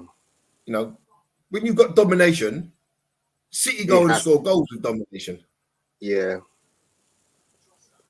You know, City go and make chances, create chances. We didn't really create real clear-cut chances in that first half. Apart from the 2 goals, the keeper didn't really make notable saves. And what's Saka doing now? Look. Oh, corner.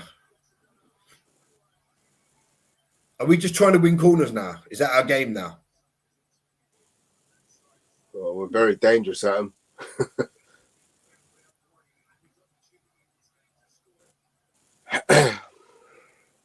That James Justin scored 2 goals. They gave him the first goal, even though it came off of Havertz. Yeah.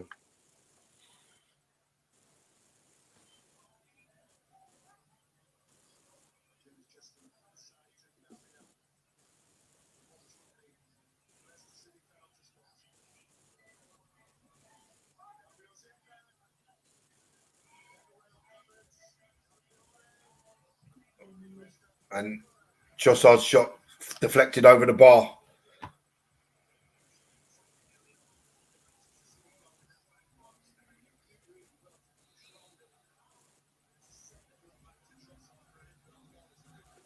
Never corner to Arsenal. Declan Rice with it this time.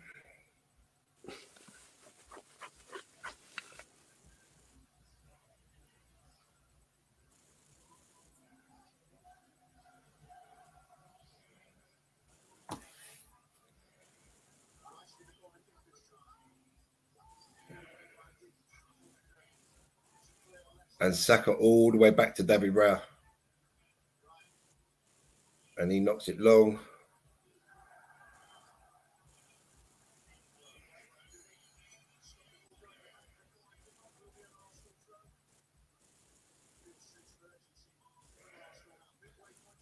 Timber turns nicely. And again. Oh, what a save! What a save by the Leicester keeper from Havertz.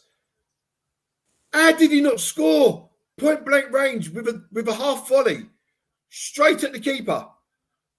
Oh, how did he But stop? what a touch!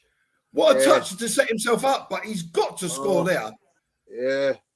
Anywhere out of the keeper's reach, it's breaking the net. But if the keeper can stick his arm out, it gets a block. That's well done. Yeah.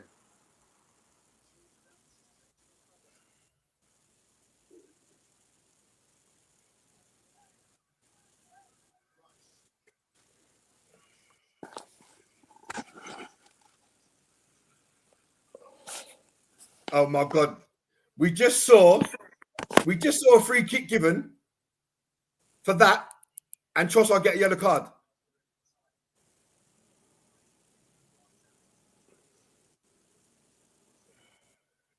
No, maybe not. It's just an arm off. Yeah, agreed, Apollo. Saka's had a stinker today. He's give the ball away again, Saka. What is going on with this guy today? And Leicester come again through the lines. And Calafiori's just committed a foul on a yellow card. He said, oh no. So Calafiori was on a yellow card. One of the Leicester players has asked for him to get a second yellow card after that foul, which he could be entitled to be honest. And the referee has booked the Leicester player for asking for the yellow card, showing the proverbial invisible card.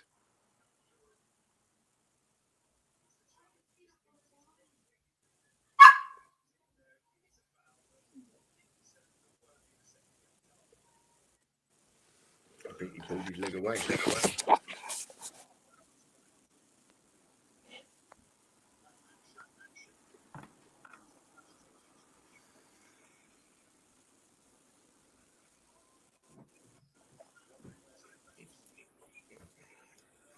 So the free kick comes in and it's headed out. Now go, Saka, go. You've got plenty of room. Coming, skipping for it. He's on the yellow card. Take him on. Great overlap by Timber. Party's your man. Keep it going. Keep it going left.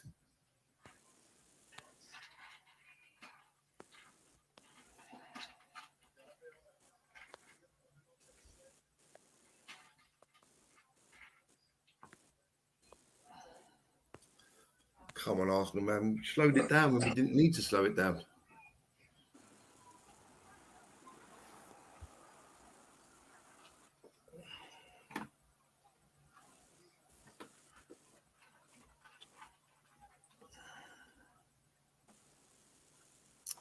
"71 minutes gone. There should have been subs on already by now."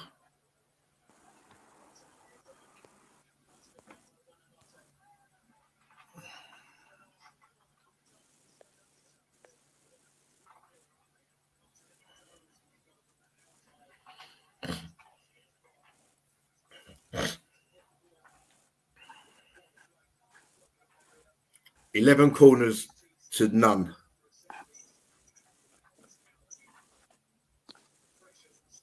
I can't believe 72 minutes and there's no sign of a sub yet.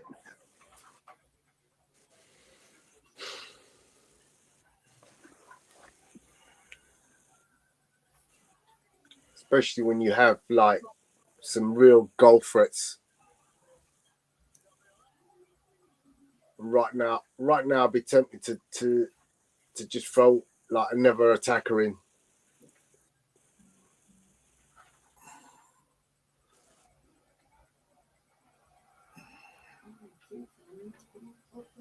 Yeah, I think you've got to do something, man. You've got to freshen it up. Oh, good shot, Rice, straight down the keeper's throat.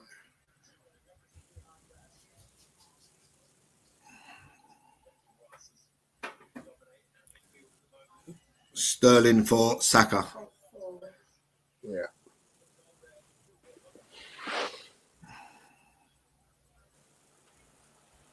Oh, come on. Wake up. Oh, how have you not scored, Trossard? How have you not scored? To the keeper's left, mate. The goalie's gaping. Oh my God. The goalie's gaping. Oh You've hit my it to the God. side where the keeper is. Oh, You've hit it to the side where the keeper's standing. unbelievable. So Leicester's created Harry Carey. The goalkeeper literally gave the ball away to Declan Rice standing outside. He placed it first time to Trossard. Trossard has nothing in front of him except the goalkeeper, and he places it the only side the goalkeeper can say make the save. That's what I'm saying. The other side of the goal's gaping. Just slot it. The keeper ain't never getting there. So Rice with the corner. Keeper punches. Sterling retrieves, gives it back to Declan Rice. Rice delivers. Martinelli's gone on, not Saka. Yeah. Or are you saying it Saka because in it's the other way around? And Gabriel with the shot, and it's saved by the goalkeeper, who spends 4 days laying down like he's on the beach.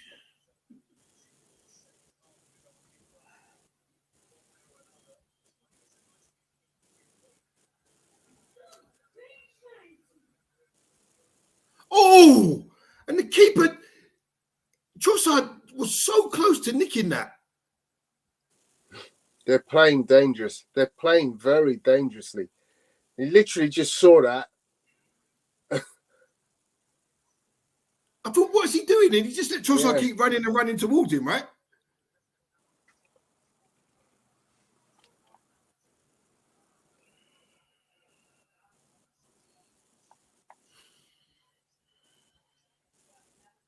Come on, options.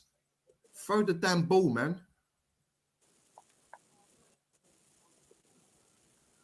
And we're back with Raya from throwing inside their half, and we're back with David Raya.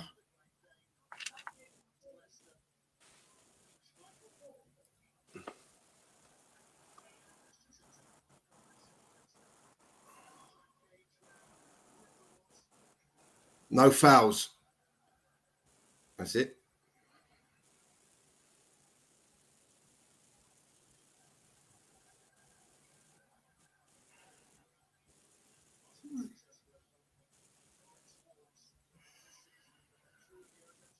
So it's interesting that Sterling has gone to the right-hand side, the same side as Saka.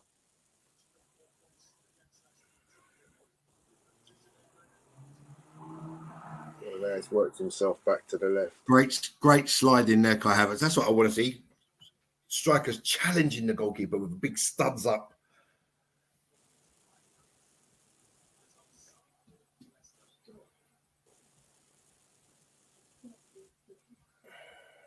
Come on, Raheem.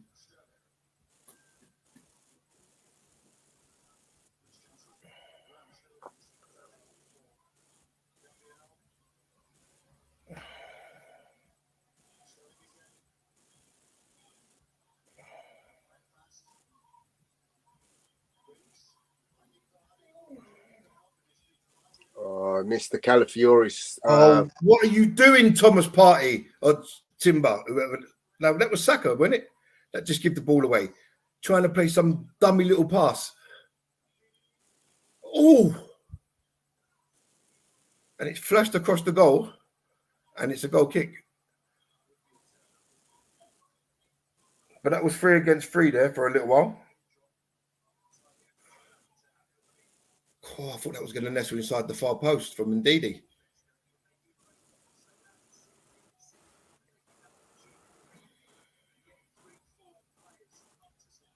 And Calafiores give it away now. Bailed out by Rice.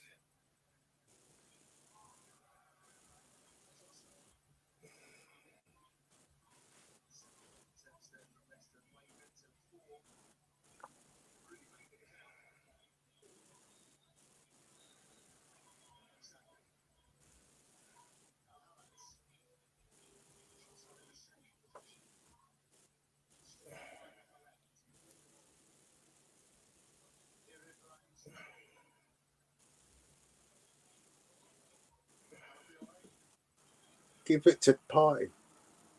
Move up.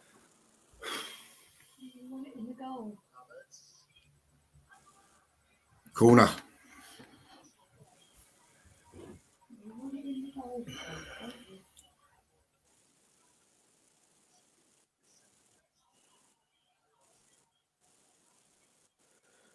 A lot of play going on the edge of the area. Well, it's just like City against us, weren't it? You keep coming, you keep coming. The only thing is they've got a threat on the break. We didn't really offer much.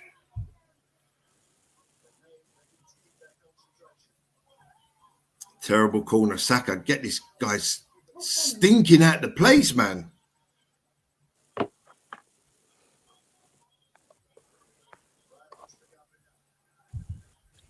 Big up to Shay in the house. Hope you're well. Big up also Anthony Roberts in the house.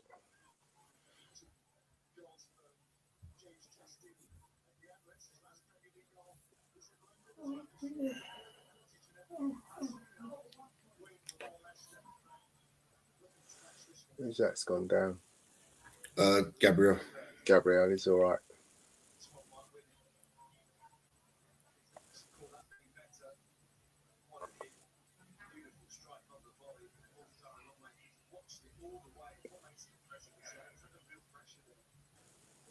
Remember to hit the like button and subscribe. Thank you very much, Shay.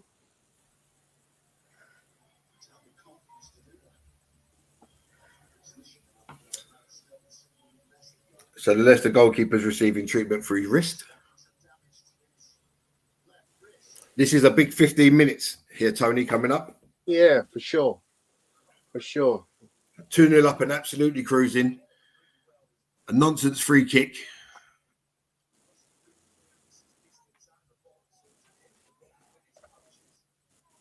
Yeah, I agree with you, Anthony. I would have removed Saka and kept Martinelli on.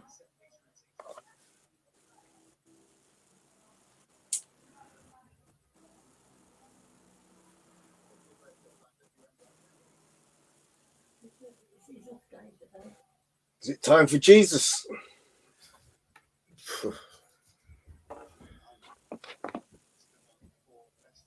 I'm going to go and grab a quick drink. Bear with me. Yeah, no worries, mate. Over there somewhere.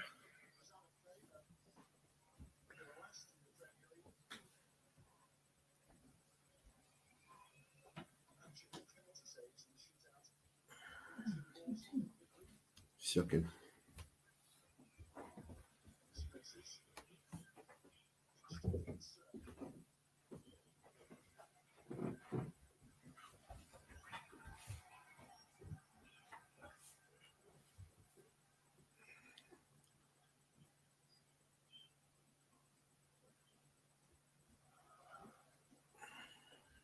He's still got the ball in his hand. What? Come on, man.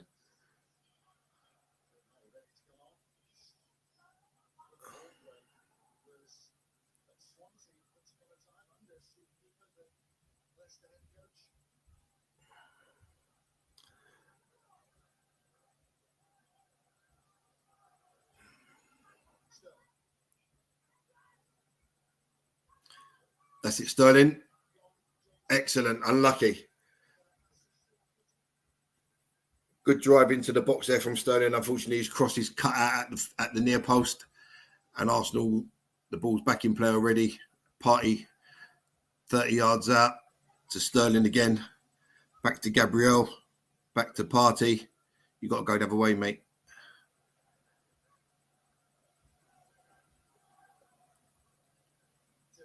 Come on, Saka. We need something from you, man. You stunk out the joint today. Don't shoot. That's a free kick. Where's the advantage there, ref?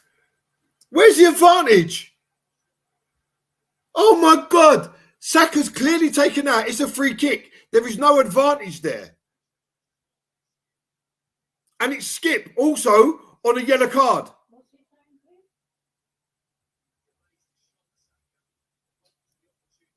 And that... Oh. He's trod on his feet.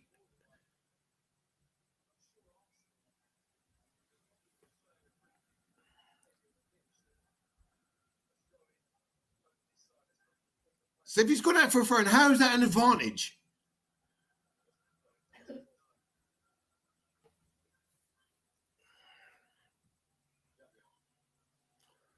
I'm telling you, anyone that says we don't get ref differently doesn't know what they're talking about.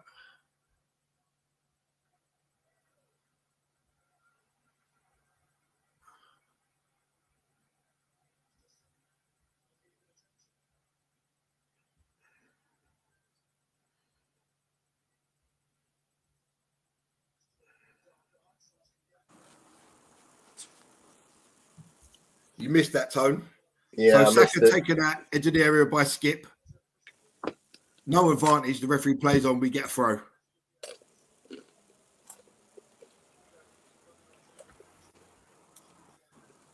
Man, I can't believe we've thrown this away. It's typical, man. City drop points, and what do?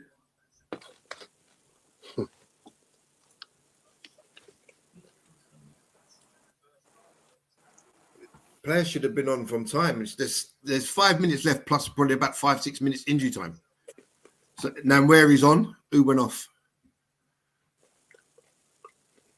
Thomas Partey gone off. No? Yeah, Thomas Partey. Yeah, Thomas Partey off. Ethan Nwaneri on. Interesting.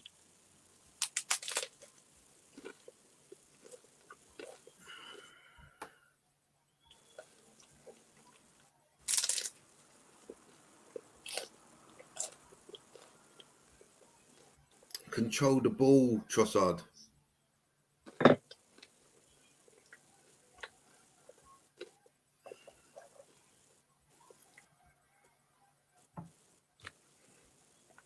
Go on now, Wary. Go on now. Look, straight away, busy. Oh! And he's pulled a save out from the keeper. Straight away. Turned, drove with the run, hit the shot, going in the far post. The keeper gets down and pushes it out.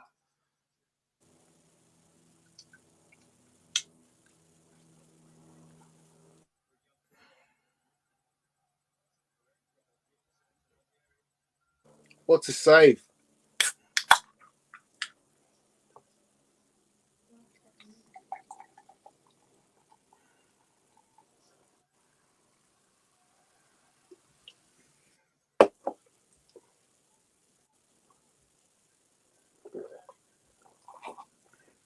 Lovely Nwaneri.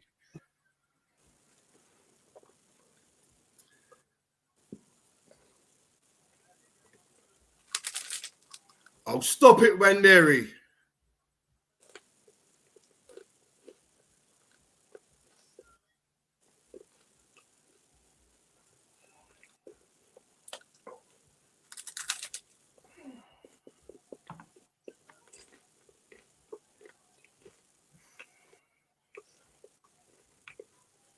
Now, Nwaneri shows Saka how to do it today, man. Oh, come on, Saka. There was never a shot there, man. I've never seen Saka make so many bad decisions.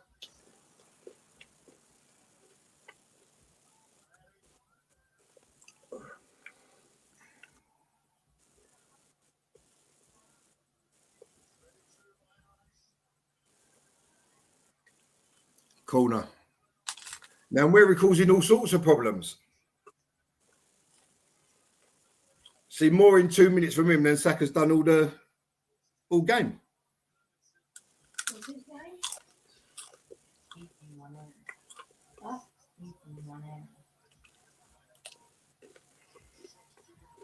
Saka with the corner.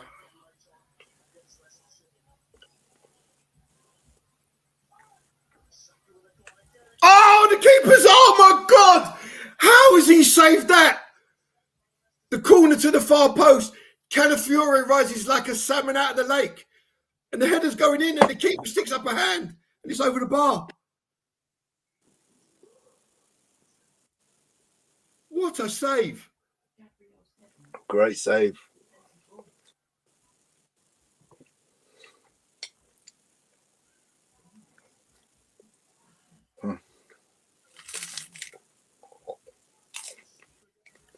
Gabriel misses it at the far post. And it's another corner. Gabriel went for it and he just missed it. and it's bobbled about and it's out for another corner.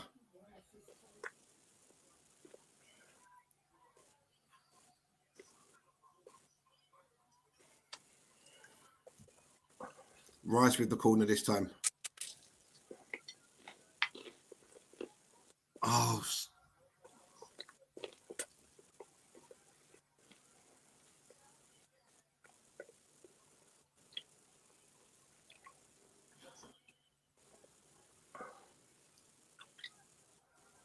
And Havertz over the bar. I think that's come off the back of his head.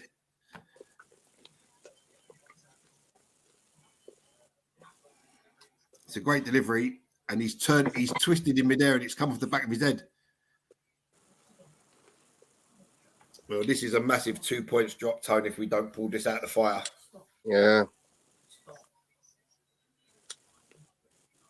You know, these are the games. You go to City, you get a well-earned draw, but then you come home to Leicester and you F it up. Yeah, that's you know, that point at City don't mean nothing now. 7 minutes added, Apollo says. Come on, Arsenal. We need to get a winner in this one. He's got cramp. Unbelievable. Why so many players going down with cramp? Yeah, It's like 6 games into the season.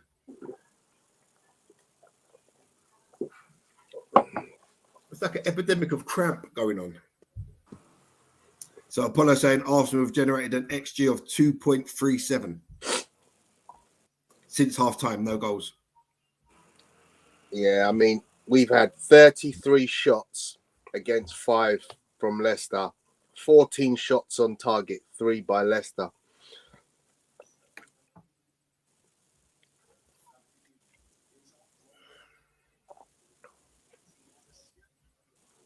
Leicester goalkeeper has saved 12 times. That's must be a Premier League record, isn't it? That's right up there, isn't it, Gal? I'm trying to think who it was that had the save record. I'm sure it was something like, weren't it David De Gea made something? It was probably against us. He one game he was absolutely unbelievable. He saved everything.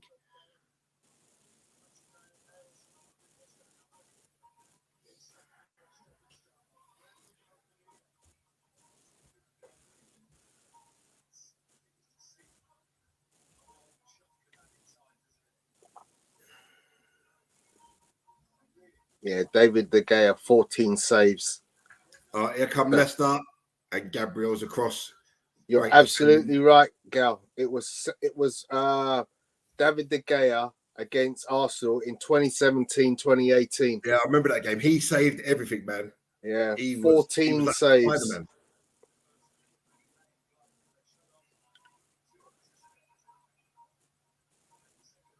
Come on, why are we playing it around between keeper and defender?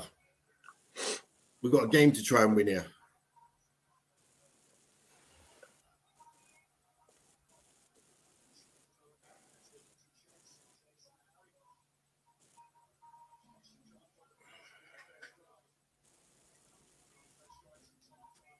Come on, Arsenal. Progress this ball quicker. Taking too long to get it over the halfway line. Come on. Maybe we're missing Partey because he makes that ball get to the halfway line much quicker. What are you doing, Declan Rice? Get in a space where you can progress the ball. What kind of a muff was that from Declan Rice?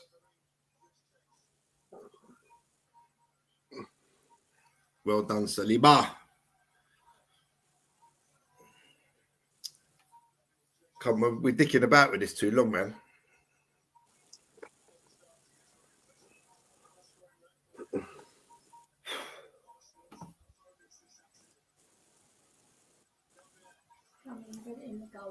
Come on, Raheem. Come on, Raheem.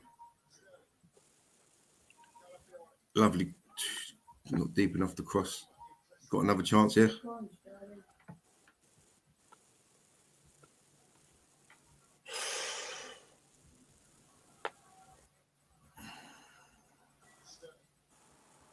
Go! Trossard! Arsenal have pulled it out of the fire. Wow. So it's Saka on the ball, lays it back to Timber. Timber back to Saka. Saka beats his man, goes on the outside, pulls it back, and it's corner. But Apollo is reporting that Trossard has made it 3-2. So let's see the corner from Saka now.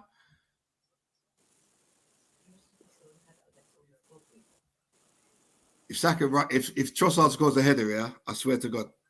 If he rises like a salmon and scores a header. Yeah, it's a goal. So Saka with the corner, swung in, and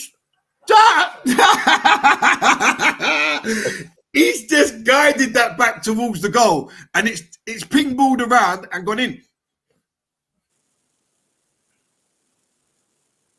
That's nothing short of what we deserve, to be honest. But do you know what, Tony? I swear to God, we've done this a couple of times today. We've taken the words out of each other's mouths. Because I was just going to say, you can't say we didn't deserve it. 34 shots in goal. And we get what we deserve. But sometimes that's the slice of luck you need. Yeah. That makes you win titles, right? Yeah, 100%. Because that was a nothing effort. Some of the efforts we've had, and we score a goal like that. Yeah, it's gone through Adidi's legs and come off his thigh or his calf and just rolled in. And there's 3 of them on the line, you know. And it nutmegged the keeper. I think that goes down as an own goal. He then nutmegged his own goalkeeper. Yeah, that's an own goal. That's got to be an own goal. I don't care. I don't think Trossard can get that. It might have gone in. I don't care who scored it. Yeah. I think it's so significant a change of direction that it's got to be gone down as an own goal.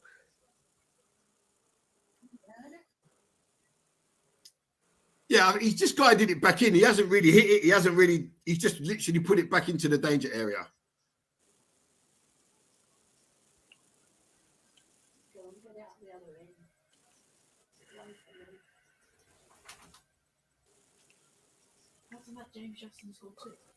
Yeah, the first one wasn't going in until it was deflected off Havertz.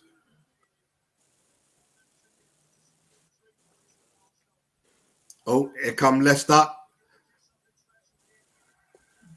Vardy tried to body Saliba, and Saliba told him where to go, mate. Vardy tried to body Saliba. He was having none of it. Like I said, Mr. Vardy, this ain't no Mustafi and Socrates that you're dealing with these days, bro.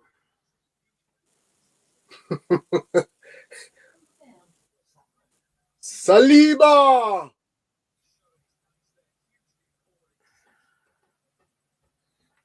Well, we've pulled this one out the fire, man. We have. Yeah, it's gone down as a no goal. So Jesus is coming on for Trossard.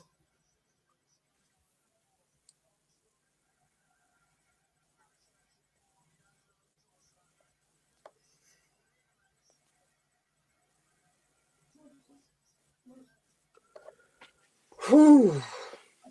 I'll tell you what, Leicester Trossard to hurry up, and Trossard turned to him and said, "You know, my uncle's the top referee, innit?"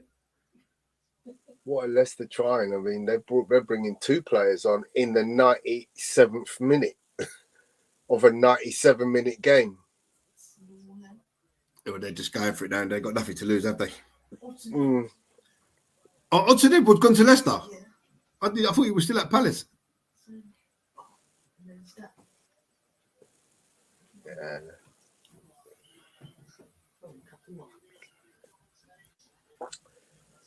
I see Gabriel Jesus has had enough of the braids. What did you call it the other day? Was it the jail yard braids or something? No, it wasn't me that said. I would never say anything like that. The jailbird. Oh no, it was my mate Sporty Jordan. Jailbird braids. Who was the player, Tone, that was ridiculed for having his locks up in a ponytail? They used to say it looked like he got a pineapple on his Jason Roberts. Yeah, it looked Not like he Jason. got pineapple on his head. Yeah, from Leicester, wasn't it? Jason Lee. Jesus, if you would have gone for the header there, Jesus, you would have won that ball. Do you know that? Well done, man. Weary. Jesus bottled out of that header there.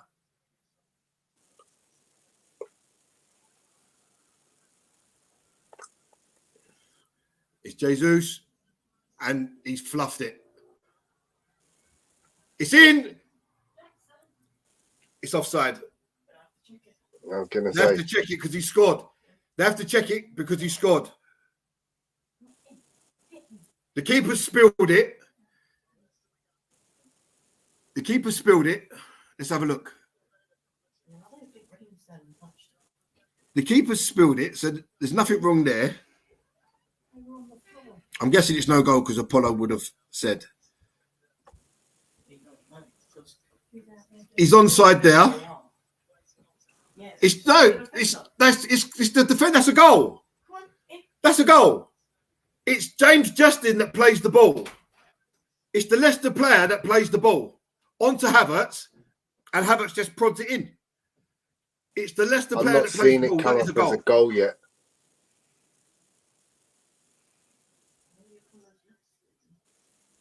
That's a goal. That should be a goal, but it hasn't been chalked as a goal. Havertz is offside, but yes, but it's the Leicester player that plays the ball.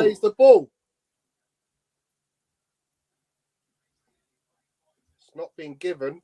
Oh my God, they've disallowed it. No, it's a goal. It's been given. It's been given. Is it?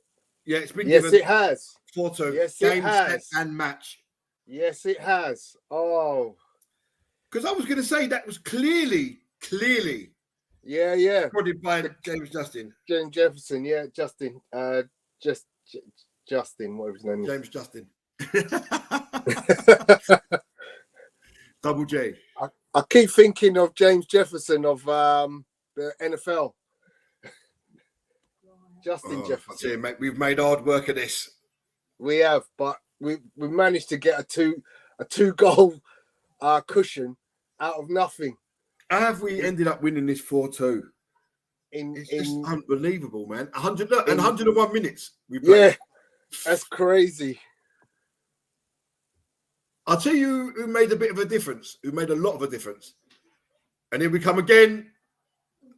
And Fars is across to deny whoever that was. And that's the final whistle. That's it. Full time. 4-2. And we go up joint level with Man City, 1 goal behind them. But boy, did we make that hard work.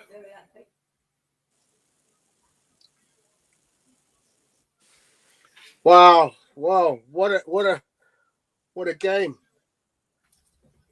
What a game. A bit of everything in that game, didn't it? I mean, what the hell?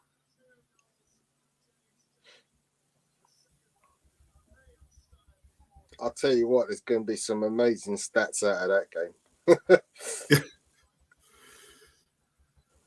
Do you know what? There's an air freshener somewhere in my room and it's got right down my throat and it's driving me nuts.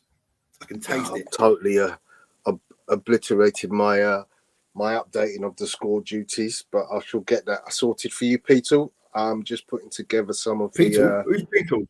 Who's Peter? People, apologies. Thanks for tuning in, Peter.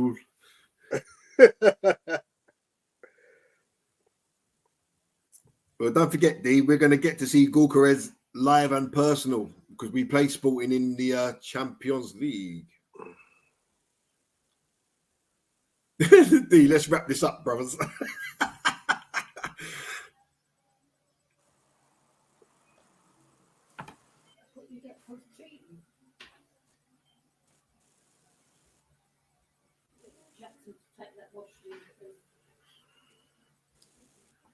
All I can smell is deodorant. It's making me feel sick.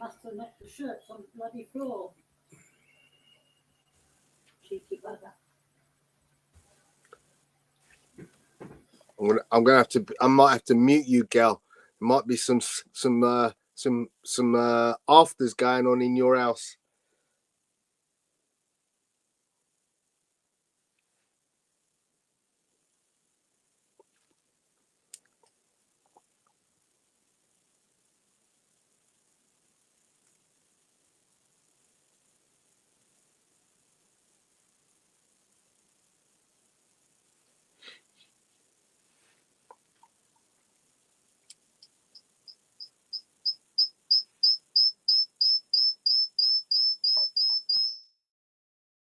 You doubled yourself up, Tone.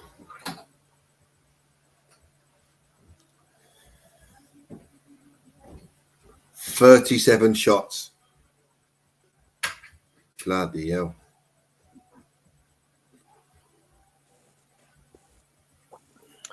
Yeah, that's an amazing statistic. We've got more. So the possession stats, 75% against 25%.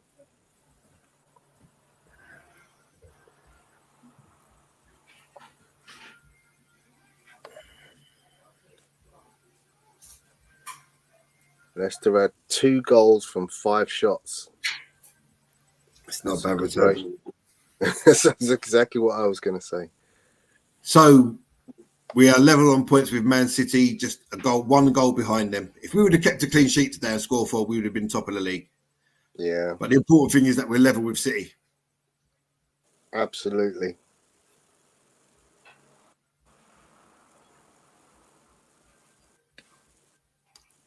And still unbeaten.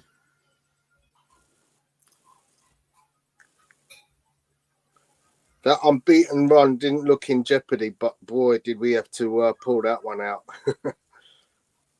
Yeah, but that's, this is what good teams do, Tony. Good teams. Yeah, you're right. I mean, do you remember the Invincibles? What was it? Wasn't it the last game of the season? Who did we play? Didn't we go 2-0 down? Or is it against Middlesbrough? We went 2-0 down. And literally you could just see every player on the pitch was just like, we ain't losing today. I don't know if it was the last game or like it was, yeah. I remember the game because I was on a stag weekend in Prague, and we were all crammed in the pub watching the game, and Arsenal went 2-0 down against Middlesbrough, and it was like, what the hell are Arsenal playing at? But then you could literally see every player on the pitch going, no, not today. Not today. Yeah. Not absolutely. Today. Yeah. And then we ended up winning 4-2. Yeah. Not in our house, mate. I mean, could you imagine if we would have lost that game after going unbeaten in the previous 37? Yeah. But yeah, that's what good teams find a way to win. Yeah, my friend is the table. Victor, the goal difference is not killing us, Victor. What are you talking about? We're 1 goal behind them, mate. Yeah. 1 goal. Yeah, look at it, Victor. It's right in front of you in black and white. 1 goal difference. Can we get tags for the people in the chat? Because Victor needs to be Victor negative.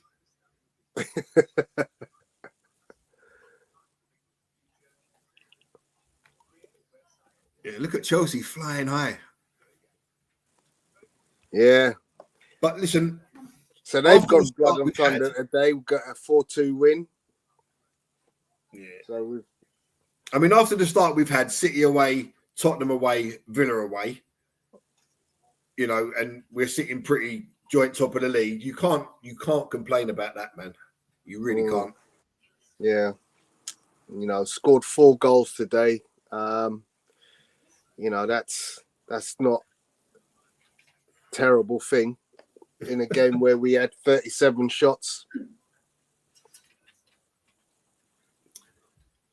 Do you remember the game we played? I'm sure it was Southampton, where we had something ridiculous, like 34 shots, and there was a ridiculous amount on target, and we only scored 1 goal. And David Howes, remember David Howes used to play for the Spuds?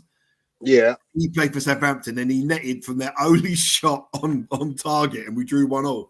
I'll never forget that game. Never forget that game. Sometimes you just have to take your chances, whether you've got possession or not. You just have to put the ball in the net, or you have to at least shoot.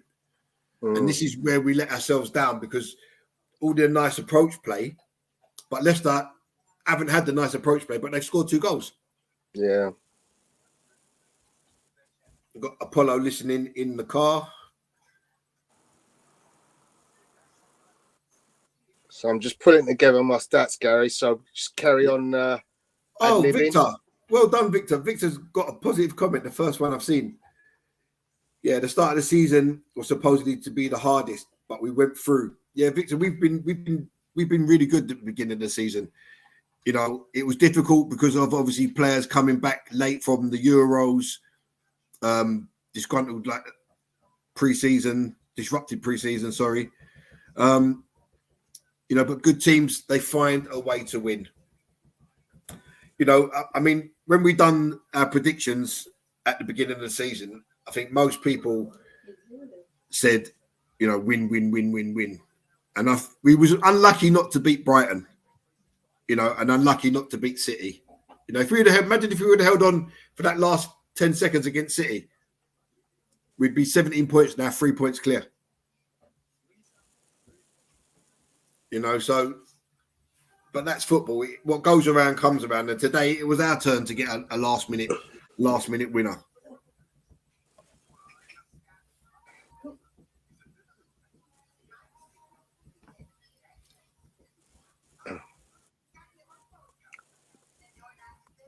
So only 3 players have assisted in 6 consecutive Premier League games. Mesut Ozil, a certain Mr. Cesc Fabregas, and our very own star boy, Bukayo Saka, becomes the first to do it in the opening 6 matches of a single campaign.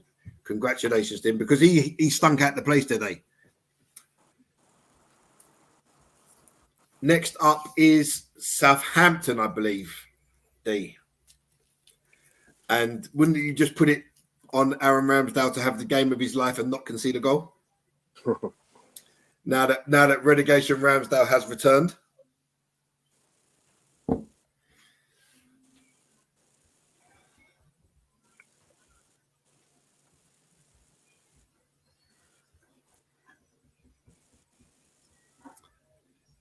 Yeah, our turn to beat the Dark Arts. Like I said, can anyone tell me why so many players are going down with cramp at the beginning of the season? I understand towards the end of the season, but at the beginning of the season, what did everyone have a couple of weeks off of pre-season or something? Yeah, it's an interesting one because it's almost it's not almost, it has become a science now to know exactly how much electrolytes you've got in your body. And those kind of things are monitored. The sports science side has made it such that athletes now, they know their levels. They know, you don't consume too much of the wrong product. Not too many carbs has an effect on your performance late in a game. Not enough nutrients in one area, whatever. So, yeah, those guys that do get cramp, it's very unusual. We just don't see it anymore. The levels of fitness are generally, especially when you consider that we've got players that play 120 minutes of football. Yeah, but it's not a time wasting thing because time just gets added on, right? So it's pointless going down to say, I've got cramp because you want to stop the game because the referee's just going to stop his watch and the time gets added on. Yeah. But if you've got cramp, what are you expected to do? You can't, sometimes I'll get cramp. The worst one is like down the inside from your knee up into your groin. I don't know how to get rid of that one. And it's literally, you can't walk. Do you know what I mean? So if you've got cramp, you can't run about. You can't, what can you do? You have to go down and get it stretched out.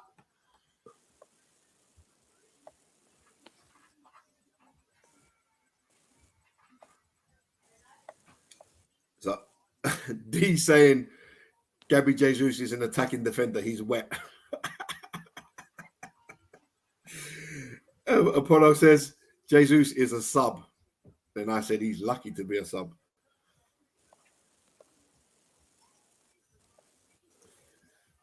Yeah, the strikers are paid to score goals, but in the Arsenal team, they're paid to do a hell of a lot of other stuff. We don't have that. We don't have the Haaland character who just wants to score goals. Because if you look at Man City, Haaland very rarely gets involved in any of the build-up play. He may lay the ball off and then he turns and he runs straight into the box. We play as a team. So the whole team functions together.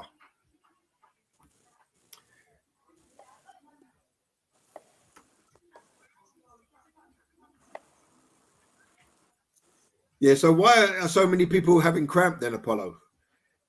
So early into the season. We're seeing it not just in Arsenal games, we're seeing it.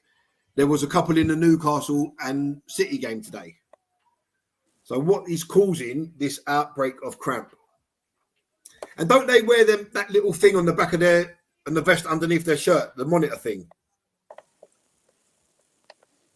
I know they definitely wear it in pre-season, but I'm sure that they wear it throughout the season. It monitors their red levels and stuff like this.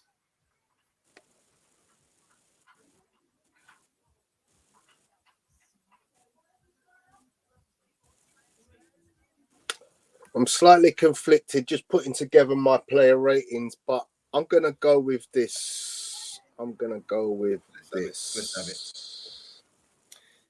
Other guys, you can stick your player ratings in the chat if you so wish.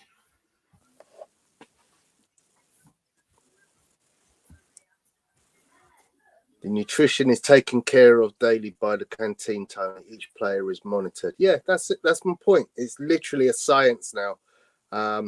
That each player's nutrition, you know, they get their every glycogen levels and, you know, body mass weight, you know, carb intakes, you know, everything is measured.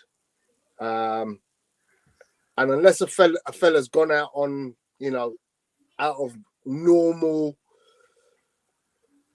settings and eaten something different that has, you know, dropped or raised the level of something. But those guys generally know what they're going to eat, what they can, what they can't, you know, no, Yeah, not to have.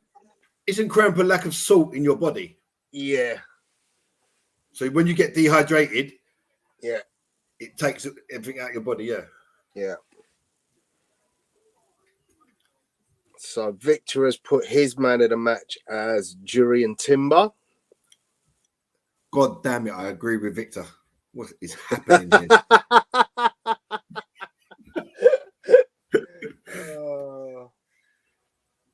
So as you can see, I've given my man of the match to Martinelli, goal and an assist. Although Trossard probably gets, you know, not far behind, having had 2 goals.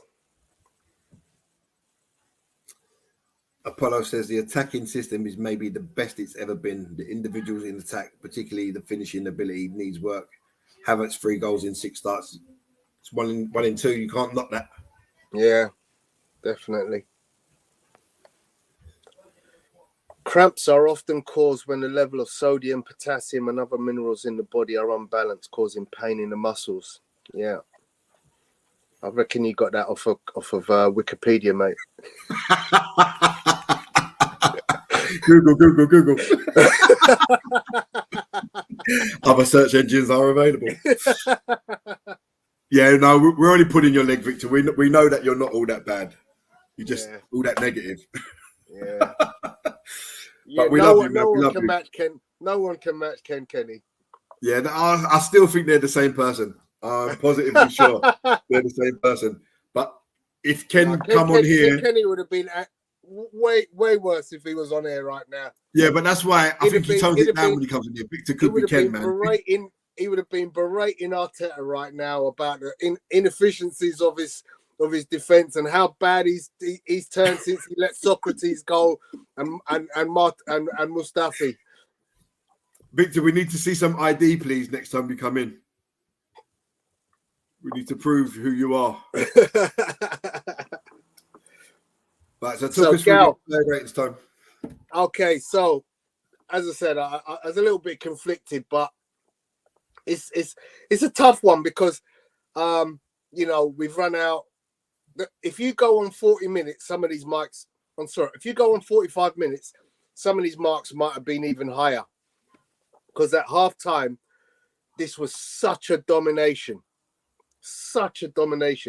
and literally nobody would have had a bad mark because we were in such control and everybody was contributing so well. The interplay between the players was excellent. But yeah, the second half, the fact that we allowed Nottingham Forest, who are we playing? Leicester City to come back into this game and score 2 goals kind of has left me just contemplating, well, who's at fault? I thought overall Calafiori had a great game, but I think his fault is definitely there for that second goal. Agreed. Their first goal. Who's at fault for that? Havertz. He turns away from it. I don't think he can do anything about it. If I have this argument with my defenders all the time, right, at under 13s. Yeah. If you stand square, Yeah. that ball hits him and doesn't go past him. Yeah. Because he turns on the side, that ball's then able to come off of his shoulder and deflect past the keeper. Okay. It's like in boxing, right? If you stand square, someone's going to hit you, right? Yeah, absolutely. It's so kind of the opposite in boxing. Yeah. If you stand square like that, someone's just going to punch you in the face. But you're side on, so it's harder to punch. So it's the kind of opposite thing. But in football, that in the days of Adams, Bold, Keown, Mabbott, all these Terry Butcher, all these players, they were brave. Mm. You know, if they had to take it in the face, they took it in the face. I say to my son all the time, he wants to be a goalkeeper, right? He's as brave as hell. And I've seen him take it in the face, get up, dive on the ball, and then once he's got the ball, he then goes down holding his face, but he never shirks a challenge. Players today are not brave. They want to turn their backs away when the shot's coming in. They turn to the side, and it annoys the hell out of me.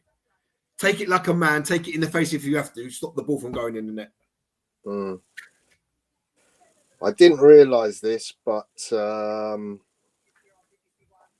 I've just seen a story released from Arsenal 6 hours ago about one of our players. Fabian Calabrero. Yeah. Caballero. Yeah. From 1998, he was with us. He only played a few games on loan. So our condolences go out to him and his family. But yeah, I mean, you know, look, I gave Raya an 8. Apollo, you've given him a 5. I don't really understand that. I really don't. What did he do wrong? Timber an 8. I thought it was excellent. I thought Jurriën Timber was excellent. Saliba, the usual, immaculate. Gabriel, I didn't think he put a foot wrong. Could have had a goal as well, but for a great save from the keeper. The usual. You know, he's become such a threat at goals now. You know, Calafiori was having an excellent game until that one error. So maybe I should have marked him a 7. Partey, I thought, is looking back to Partey-ish type ways. He showed some speed that, you know, I was worried that element of his game had gone. So I'm pleased to see that. Declan Rice, for me, I just didn't think he had a great game. You know, I thought this is where I'm gonna, you know, I think the immediate impact of a Mikel Moreno will come in, because Declan Rice clearly doesn't have that ability to impact the final third. I mean, his corners are as good as an assist. There's no doubt about that. But in general play, I mean, I know he had a shot that went straight at the keeper, but in general play, I just think there are better players in that position. So I gave him a 6.5. Trossard, I didn't think he had the greatest of games, but when you score 2 goals, you kind of deserve some praise. Saka, I didn't think had a great game, but the fact that he's hitting records every week with another assist again today, you kind of go, well, you know, it's really hard to just go mark him down to a 5 when you created another goal in your worst game. You still created a goal in your worst game. So maybe I should have given him a 6. Havertz, I thought he was industrious. I'd give him a 7. And Martinelli, I thought Martinelli had a good game. He actually used his left foot and created a goal and scored a goal. Arteta, I'd give him an 8. And that, ladies and gents, is my ratings for the game. Gary, over to you. Okie dokie. So I'm going to give Raya a 6. He didn't really have a chance with any of the goals. One was a deflection, one was a worldie. apart from that, he was just average today. He made routine saves. Wasn't really much in the way of distribution. So 6 for David Raya. Timber, I'm going to give Timber a 9. I thought he was absolutely superb driving us forward. I think Apollo did touch on it, while he was out injured. This guy Gary, brings so. Go on. Can I just? No, sorry. Stick on Timber for a second. Keep talking about Timber, but don't go to the next player because I've got something to support what you're about to say. Apollo did mention that Timber would bring a different dimension to the Arsenal defence and attack, and week on week, game on game, he is proving to be some different breed of player. And I think Ben White now struggles to get back in this team.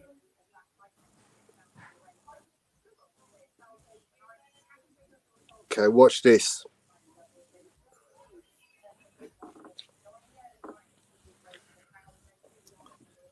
Wow. And that's some company to keep, right? Because Trent is pretty good at what he does. Crap defending, but he's pretty good at what he does. Yeah. So in support of that, in support of what you've just said, those are your facts, mate. This guy is a secret weapon. He's a Swiss Army knife. But for those of you that Apollo, I know that you're in the car, so basically, if you can't see the stat that Tony just put up, he's just taking off. I was going to read it to you, but sorry, mate. Let me put it back. Jurriën Timber has today created 7 chances, which is the most tied with Trent Alexander-Arnold of Liverpool, who's done it twice. And Jurriën Timber has equaled the record of 7 chances created in a single Premier League game. So that just shows what this guy brings. And like I said, I don't think that Ben White gets back in this team, barring injury to Timber or Saliba when he comes in at centre-back. What do you think about that, Tone? Yeah, no, I agree. And I've gloated the last 2 games about this back 4. I believe this is the back 4 of the future. Yeah, and it's going to be damn hard for anyone to put themselves in a position. It's what we were all waiting to see. When we signed Calafiore and we knew Timber was coming back, it was the back 4 that we was all waiting to see. We all wanted to see it. I mean, Ben White's been pretty phenomenal for us, but there are lapses in his game, and he doesn't have the necessary ability. He does makes good forward runs, but his crossing is not great. He pops up with the occasional goal every now and again, but overall, he's not as good going forward as Timber. And Timber is also better in defence, and he's press resistant. Timber, he plays around the press. He's strong. He gets in. He nicks balls. They try to press him. He turns them inside out, upside down. So, full credit to the scouting team that identified him and brought him to us. It's just a shame we didn't have him last season. Agreed. Want to read that one out for us, Gal? Yeah. So, Leandro Trossard's stoppage time goal versus Leicester has now been changed to a Wilfred Ndidi own goal. We knew that would anyway.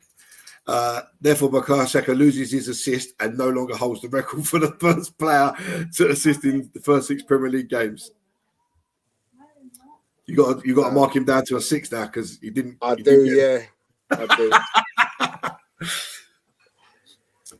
Right, so back to the player ratings. So I've done Timber, and Apollo has to get in on that one as well, doesn't he? So Saka gets let off crediting the assist, and Trossard doesn't get let off for scoring 2.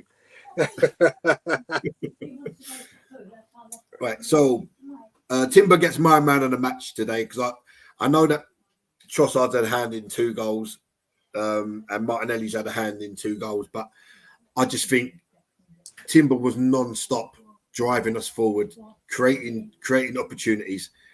So that's why he gets my man of the match. Saliba, I thought he was very unlucky to pick up a yellow card today because it was a nonsense thing.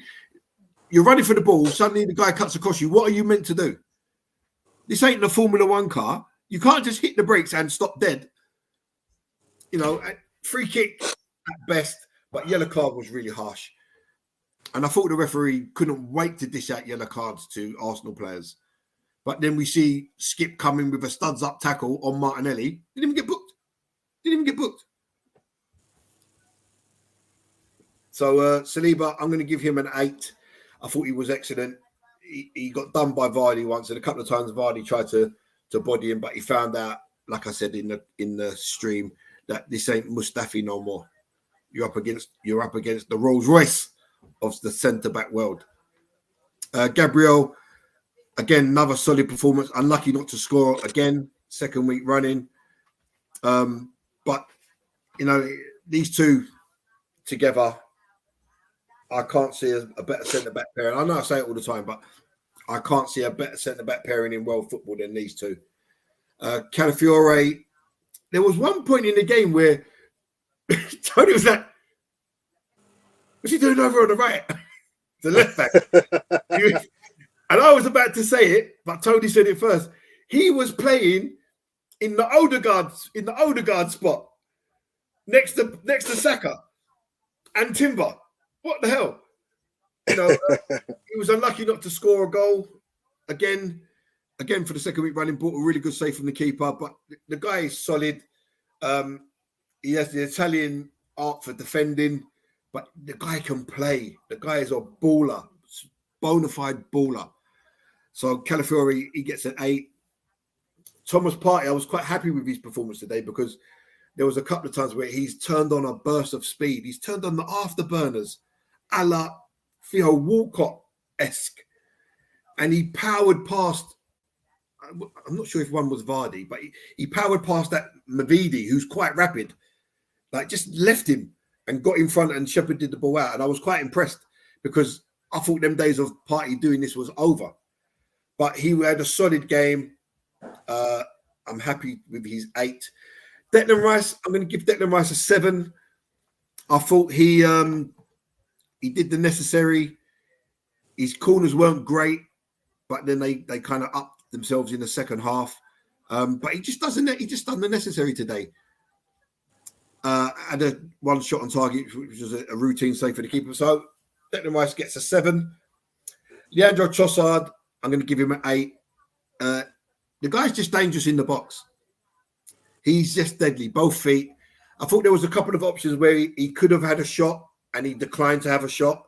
And when you're as skilled as Trossard is in certain situations, I think you have to back yourself a bit more because he plays off both feet.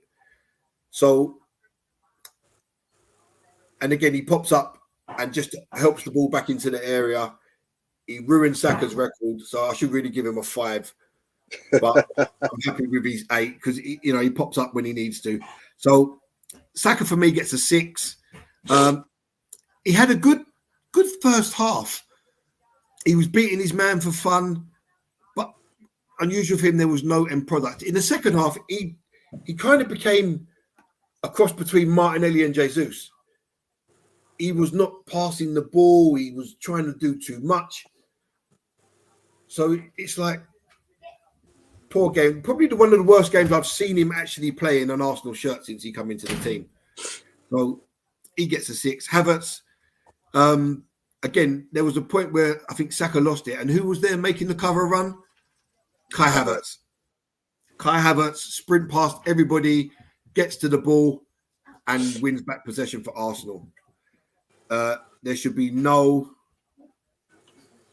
questioning Kai Havertz in this team, whether he plays in the 10, left-sided 8, centre-back, left-back, goalkeeper, centre-forward. Wherever this guy plays, he gives 110% and he does his best. So Havertz gets a 7. Martinelli, for me, I'm going to give him an 8. He had opportunities and he didn't take them, and then he scuffs one in, but that, they all count. So, and then he sets up Trossard with a left-footed cross. And we know that he sometimes struggles on his left foot. But at this level, if you can't cross the ball with your opposite foot, you shouldn't be playing on the left wing if you're going to keep insisting on driving down the outside. So I'm going to give Martinelli an 8. Hopefully this is the return to some form for him. I'm going to give him a 7 today. I thought the subs came a bit too late. We saw when you brought Nwaneri on, the impact this young kid had. He picked up the ball, he drove, he ran, he shot.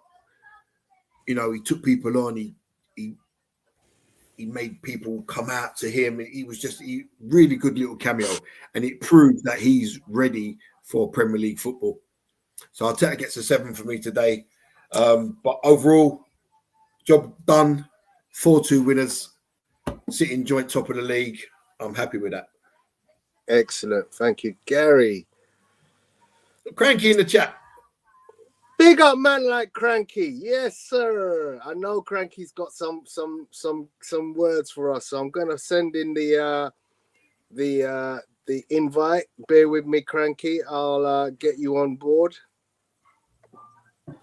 Oh, Tomiyasu's back, D, isn't he? Tomiyasu's resumed training. So that probably pushes Ben White even further down the pecking order. There you go. So yeah, as you know, I'm trawling for all the stats, and I have got some good stuff.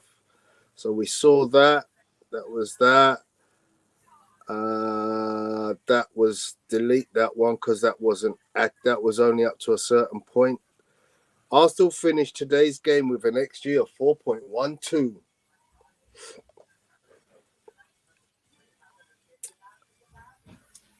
I just can't even see that, man. 4 goals. Wow, 4.12, man. 37 shots. How many saves did their keeper end up making? We had 13. him on. So he's one behind the Gea record. Yeah. Thank you. Apollo agrees with me with my comments on Havertz.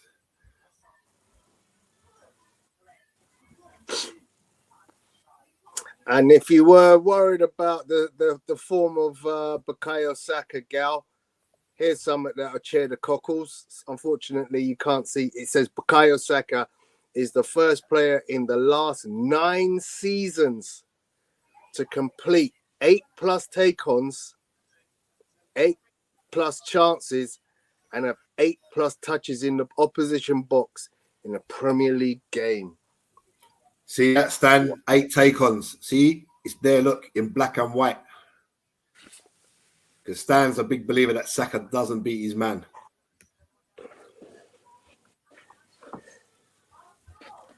So, yeah, that's your...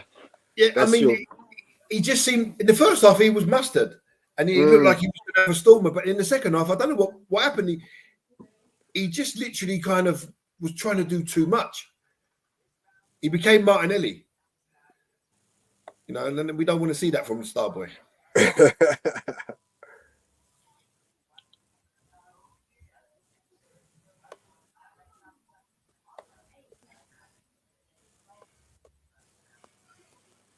No, it wasn't D. It was just helped. It was going across the goal, and it come off Ndidi's calf and nutmegged his own keeper.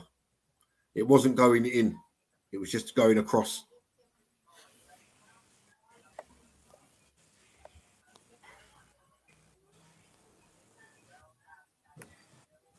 If we get Odegaard and Marino back in the next couple of weeks, we navigate Southampton and PSG, and then we should have hopefully, touch wood, a fully fit squad.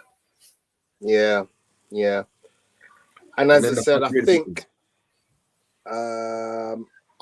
that will make a huge difference to us going forward. I pretty much am convinced that Marino takes the level of our attack up like significant levels, because we are sort of trying to fit Declan Rice in that spot, and it just ain't his game.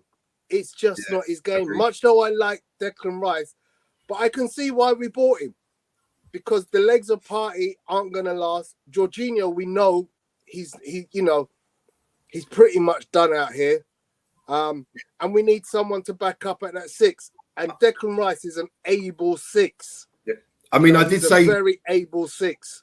Yeah, I did say last season that there's going to be games where we're going to need the dirt that Declan Rice brings, the tackling, the interceptions. That's always there's going to be games where we need him to sit in that role in the 6 and just break up stuff. And that's what he does. That's his game. So good afternoon, Stan. Welcome. So Apollo for once, says, Gary got his analysis right. For once, there's always an aberration in life someplace. So Gary, good job. Always a pleasure to have you on, Stan. Cranky, what are you drinking? Because you come in and you're being complimentary to Gary. I'm sure you're going to be saying the same things about me. What's going on? He won. He won. He hasn't got nothing to say, Tony. A friend of mine who actually runs an academy, and I talk every day, talk football every day, and we were talking while the game was going on, and he was concerned about us losing. I said, no, we're going to win the game. There's no way Leicester's going to beat us. They scored 2 good goals. One is what we call in Jamaica a buck-up goal, which is the ball went off Havertz's chest, inadvertently going to goal. And Justin's goal was a great goal. It was just a great goal, even though I think Calafiori got to be more mindful, right? He shouldn't get a clear shot. It was a brilliant goal. Those things happen in football. But I didn't think throughout the game ever we were not going to win, even when we go to late in the game, just given how the game was going. But I do think offensively, we're not there for some reason.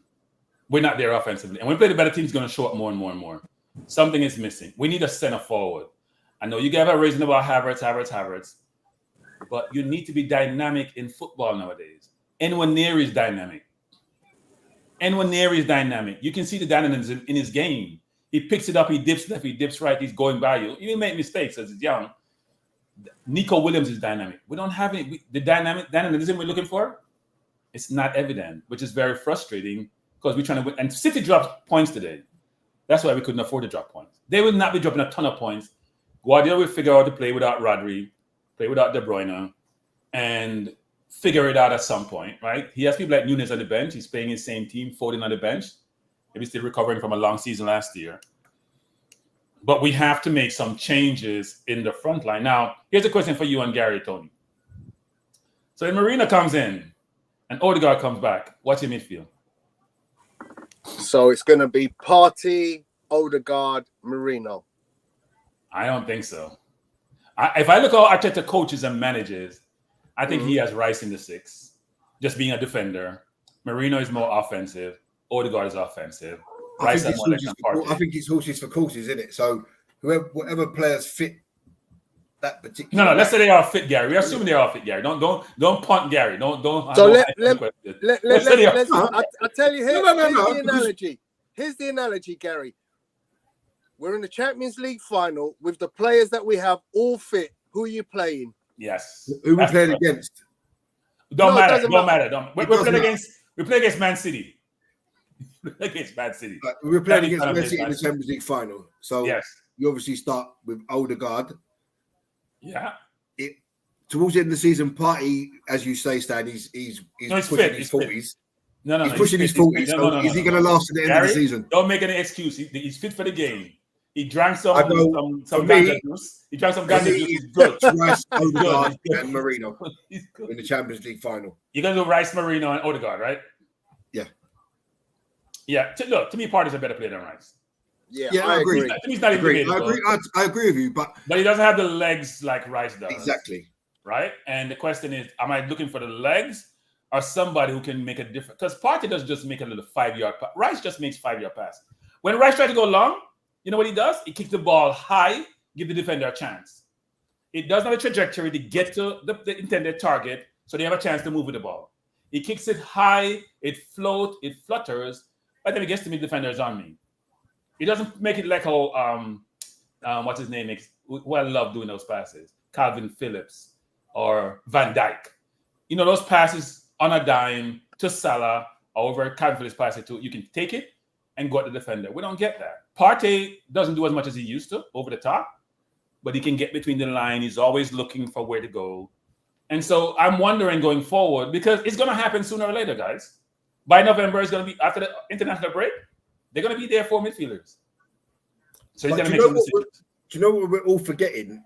The whole point of having a squad is that you use the players accordingly. So there should be no need for Partey to play every single game. There should be no need for Odegaard to play every single game. There should be no need for Saka to play every single game.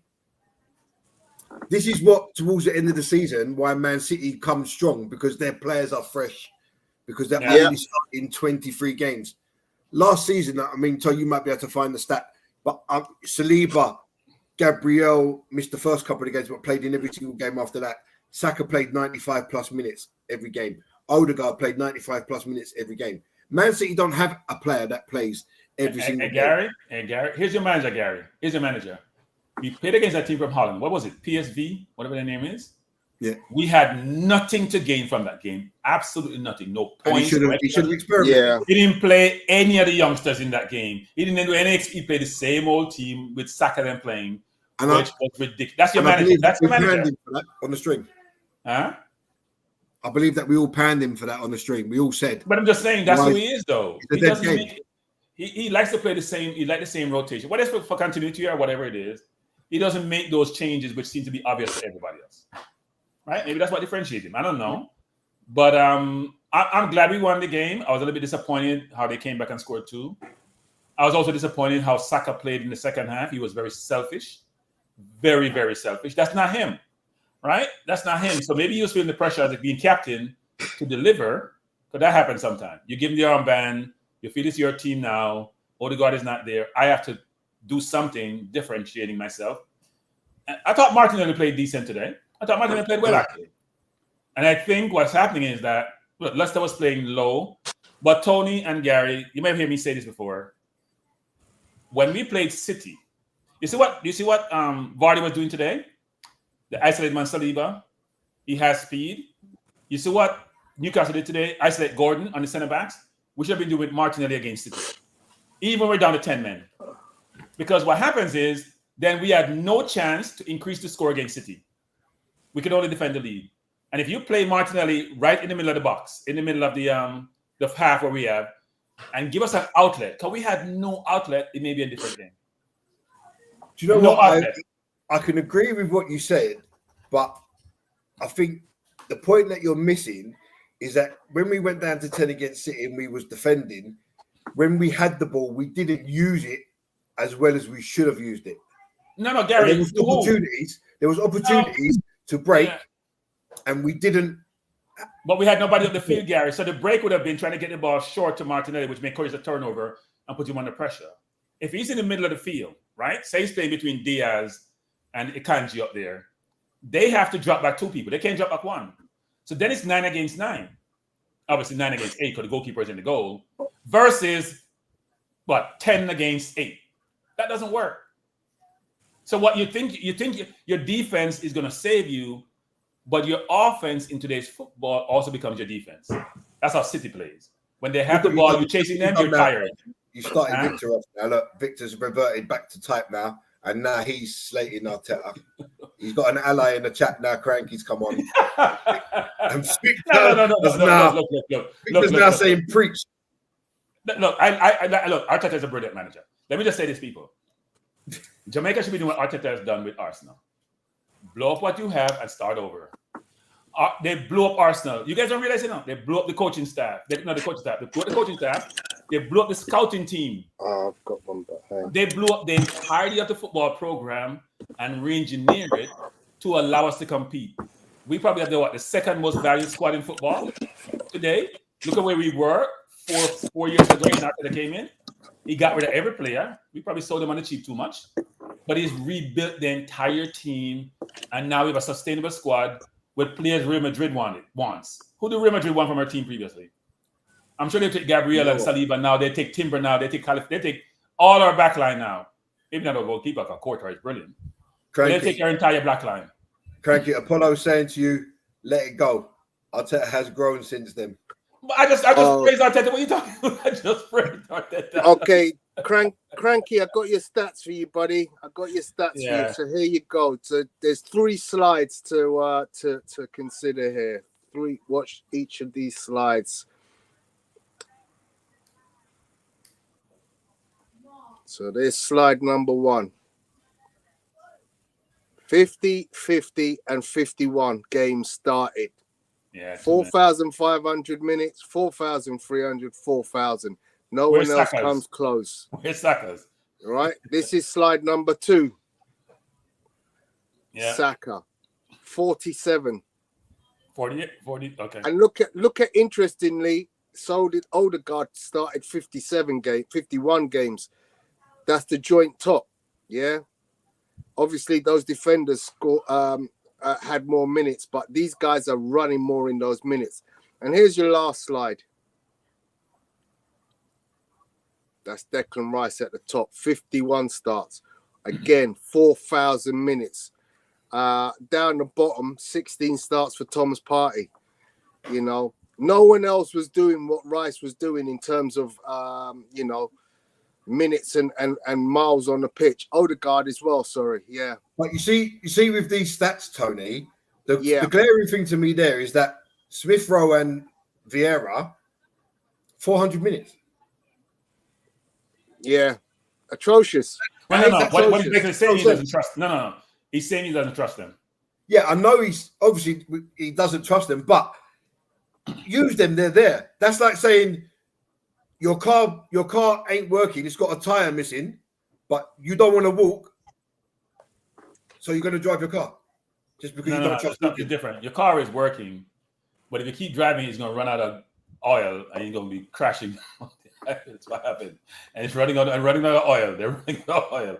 And he keeps playing them. That's what Rice hasn't played well this season, you know. Since Rice came out from the Euro, Rice has been okay. But don't forget, Foden hasn't played for Man City. Because Foden only came back 2 weeks into the season. Yeah.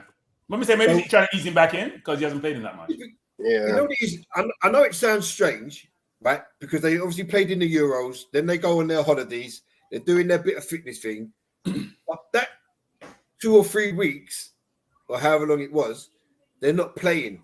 So the pre-season, they haven't had the pre-season that the other players have had. And it makes a massive difference. So their pre-season is now the first 4 or 5 games of the season. And then you will see them kick into their normal fitness and stats, and everything will come together. That's why Rodri only started the game against us last week. That was his first start of the season. And his last start of the season.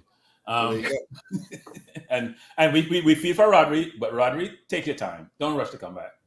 Because everybody wants a chance to win the league. And as you notice, they haven't lost in 50 games with him in the Premier League, but they've lost 4 without him. So let's hope they lose 4 this season.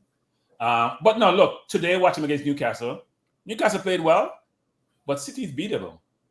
Think the last 2 games, they drew with Inter, they drew with us, and they drew with Newcastle. They're beatable. Yeah. And it's only getting worse since De Bruyne is not playing and Rodri's now not playing.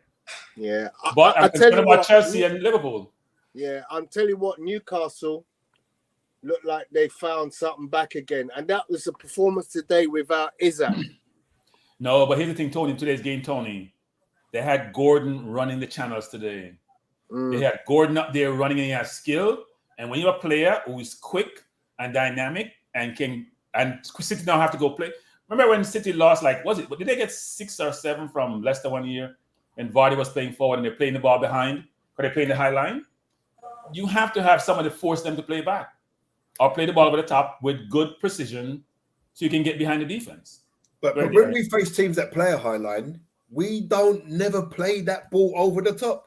Because Havertz is slow. There, but we don't use it.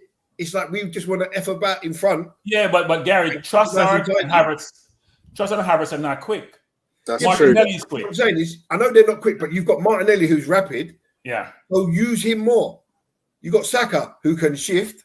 So use the wide men. But yeah, we want to keep against Bolton when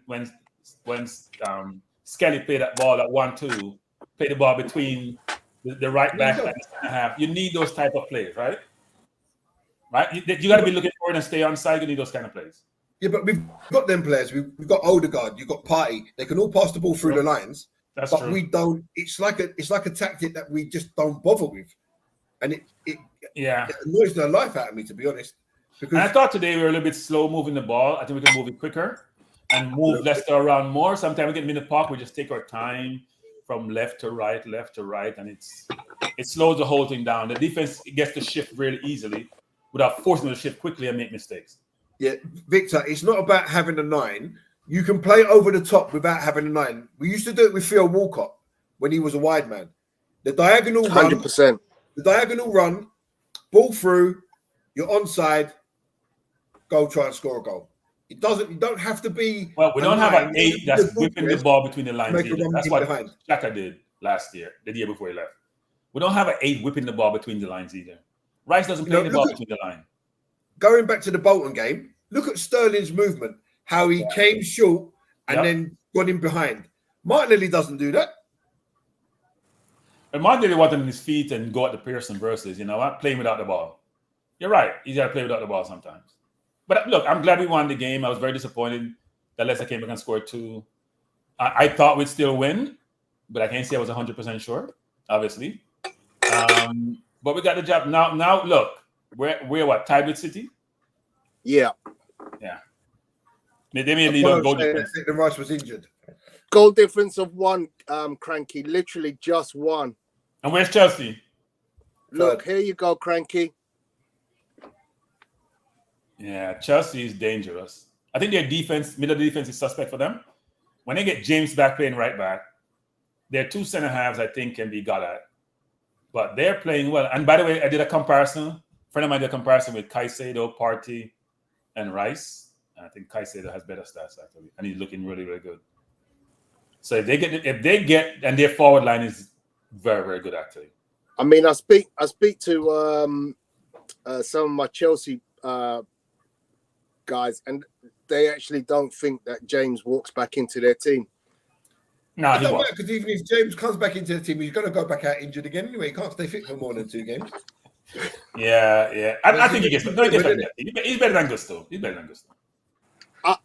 Chelsea fans think Gusto is better. The best ability is Chelsea fans have recency bias. Hey, James on that right, crossing that ball in the box, going back. James is a brilliant footballer. People also forget what you did when you did before in your life. Like the kid's a guarantee starter. He's like a Trent in that he's a formidable player going forward. He's a liability going backwards. No. You're disrespecting James when it comes to Trent and James defensively. Trent can't defend himself. Trent can't defend not even himself. Nothing. James is better defender than Trent. He asked a good question there because he's saying, who have Chelsea played? They played City and they lost City. They could have drawn that game. When they played City, Jackson missed that City. They could have drawn that game. I know Kovacic scored that last game. They could have drawn the game. Chelsea did. They didn't get battered by City. All right? It doesn't look. They're scoring when he's scoring 4 or 5 goals. No matter who you play, we scored 4 today, but we gave up 2. They gave up 2 to Brighton. They scored 4 against Brighton. Brighton plays football, right? They can be scored on, but they still scored 4. They scored 4 against Brighton, right? In the first half. So we can't see just who they played. Any team in the Premier League can give you a hard time, as we found out today. Much better than Leicester. Victor's saying, let them bring back El Neni. He's the master of sideways. See, now you start look correctly what you've done, man. Victor was all calm. He was being all nice, right? He was saying pleasant things. I didn't come say nothing negative. I said Arteta's a brilliant coach. I just said Arteta's a brilliant coach. I started to get the feeling that Victor wasn't really Ken in disguise. And now, you made one comment. Victor's now look, I can be critical. I can be critical. I say we're going to win. I say Arteta, brilliant coach. But offensively, guys, you cannot debate this. I still think we're lacking. If you look at how we're playing offensively, we're still lacking. I thought Enoneri should play the 10 instead of Havertz today. I don't think Havertz is a 10. I'm not Havertz, I'm talking about Trossard. I think Trossard is a 10. Yeah, I agree with you. And that was my comment at the start of the game. I thought in where he should have started. I don't feel Trossard ever works well if he starts a game. He's a brilliant player in front of the goal. Yes. He knows where the goal is. But for some reason, when you ask him to operate in, middle of anywhere else, it's a problem. I'm in my TV saying some words I shouldn't be saying, like Trossard. What the hell are you doing? Just pass the ball and move. Pass the ball and move. Stop doing that. Enoneri to me is, when you watch a person play football, you're just like, yeah, he's got it. He got control. He got skill. He got pass. Kid came on, first touch, beat a man, far corner, and just come on the field late in the game. So, yeah, I do think he should get more game time. The good thing Before Odegaard's come back, because yeah. you know what? When Odegaard come back, he ain't going to get much game time. Yeah. Well, we got Preston North End in the Carabao Cup. Then we get the FA Cup starting in January. So there's going to be opportunity. I'm pretty certain. But Tony, you just said January, Tony. When you're his age and you love to play football, brother, we're in October already. We're Huh? pretty much in October already. I know. Time flies very quickly. But we have a ton of games over Christmas holidays. Don't forget, after we play PSG, I think our next 2 Champions League games are against minnows. Yeah. So there's more opportunity. So Marino should come back for the PSG game, shouldn't he? Marino comes back next week, doesn't he? Yeah. So after PSG, I don't think he'll bring him back though. I think he'll continue with what he's got and give Marino more time. He doesn't need to rush him. In fact, I don't even think he starts him before the international break. He's raving about him. He's raving about him. So in practice, he's talking about how he knows where spacing is, where space is, his intelligence. That's what I said to Gary. I see this kid. He has a football IQ that, for me, you don't need to take 8 weeks to get customized. He's a guy that can see a system and he finds a ball very quickly. And it makes a huge difference to our offense the minute he comes in. Him and Odegaard operate. He plays both ways, right? Yeah. So he's going to be an asset because he was talking about him in the box too. Yeah, he's a dual king. He's a dual king. I mean, literally the best dual winner in Europe. What are your guys' thoughts on Calafiori? Love it. Superb. Yeah. You could literally. I do think though, I want him to play with an abundance of caution sometimes. Because I saw that today with Trippier and Grealish. He did the same thing in our game against City. When you run out against brilliant footballers, you're going to be left on the sideline. They're going to be someplace else. And you're creating balance against your team. So I think he's going to be a brilliant footballer. He's aggressive. He's quick. He's dynamic. He's powerful. But sometimes I can get you in trouble.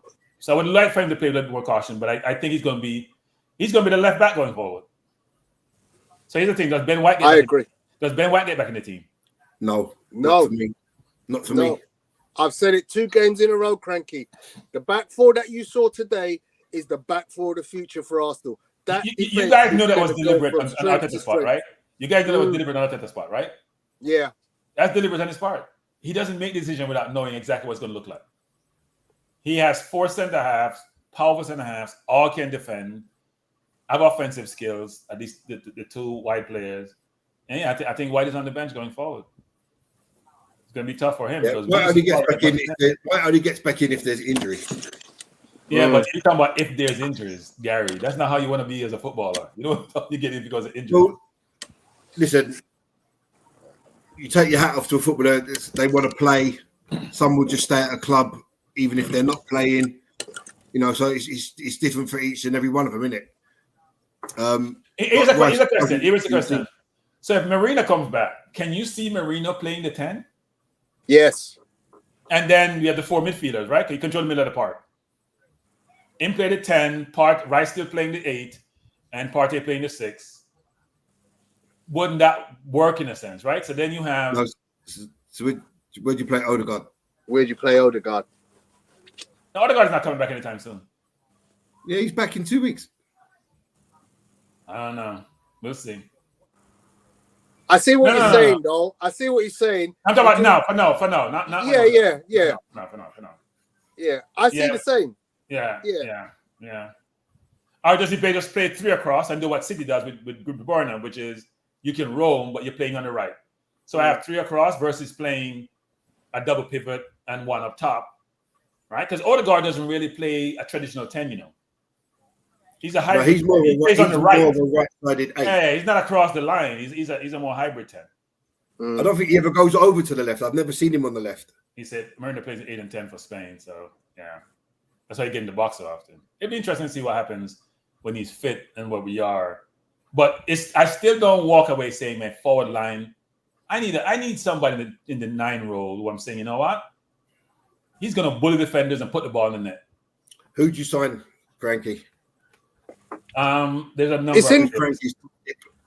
I tell you what, though, Cranky, let me just say this for you. You've glorified it countless times. Liverpool don't play with a 9. And when you consider how many goals we've scored, consider how many goals we've scored, imagine this, Cranky. Imagine we don't get a number 9 and we get Nico Williams. Arsenal would be impregnable. We would be the Mike Tyson of the Premier League. So, Tony, let me say this, Tony. There's a reason why Guardiola went and got Haaland. He was winning Premier League without Haaland forever. He won a Champions League glory. He said, I need somebody up top. The Jesus of the world and Alvarez of the world and all those players didn't work for me. There's a reason why he went and got him. Right? He felt he needed that differentiator up top when games are tight. When I play Arsenal and we make one bad step, I can go in and goal and score. That's what you need. And against the better teams at the margins, you need that. See, this is what I was saying to Tony during the game when we're talking about Martinelli. And he had an effort and he just like over the bar. And in these tight games, that can be the difference between winning leagues, winning trophies, and losing trophies.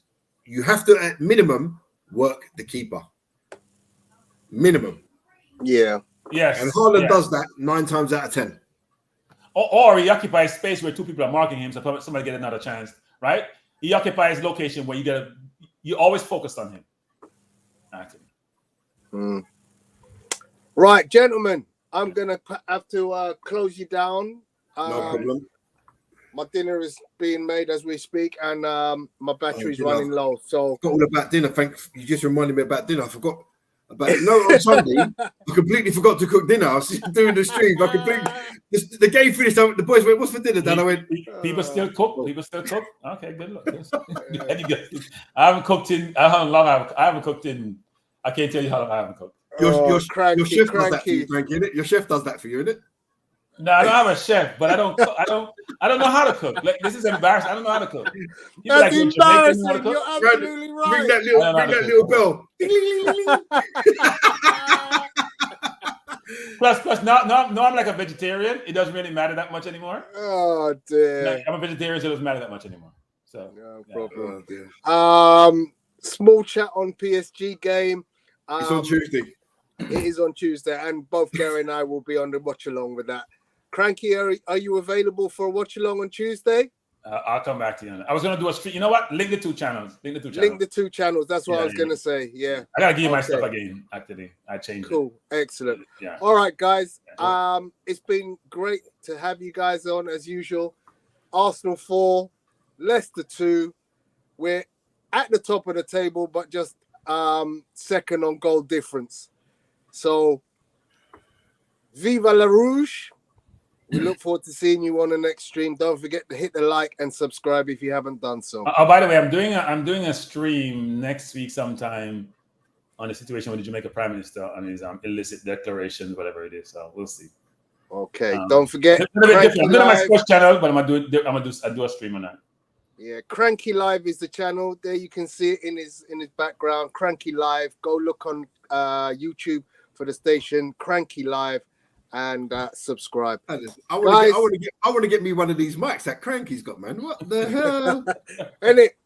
We ain't rich enough, Gary. We ain't rich enough. Ain't gonna do with money, Gary. Listen, man. Tony, you know he's got someone under the table. You know he's got someone under the table holding that, innit? It's not under the No, it's a fake. It's virtual. Don't worry about it. It's virtual. Oh, man. I just spend time put together, though. It's virtual. That's your outhouse, isn't it? That's your outhouse at the bottom of the garden. No, which was my outhouse. I know. It looks like he's got his own baseball stadium there, Tony. All right, guys. All right, guys. Take care, yeah? I'll see you all Tuesday.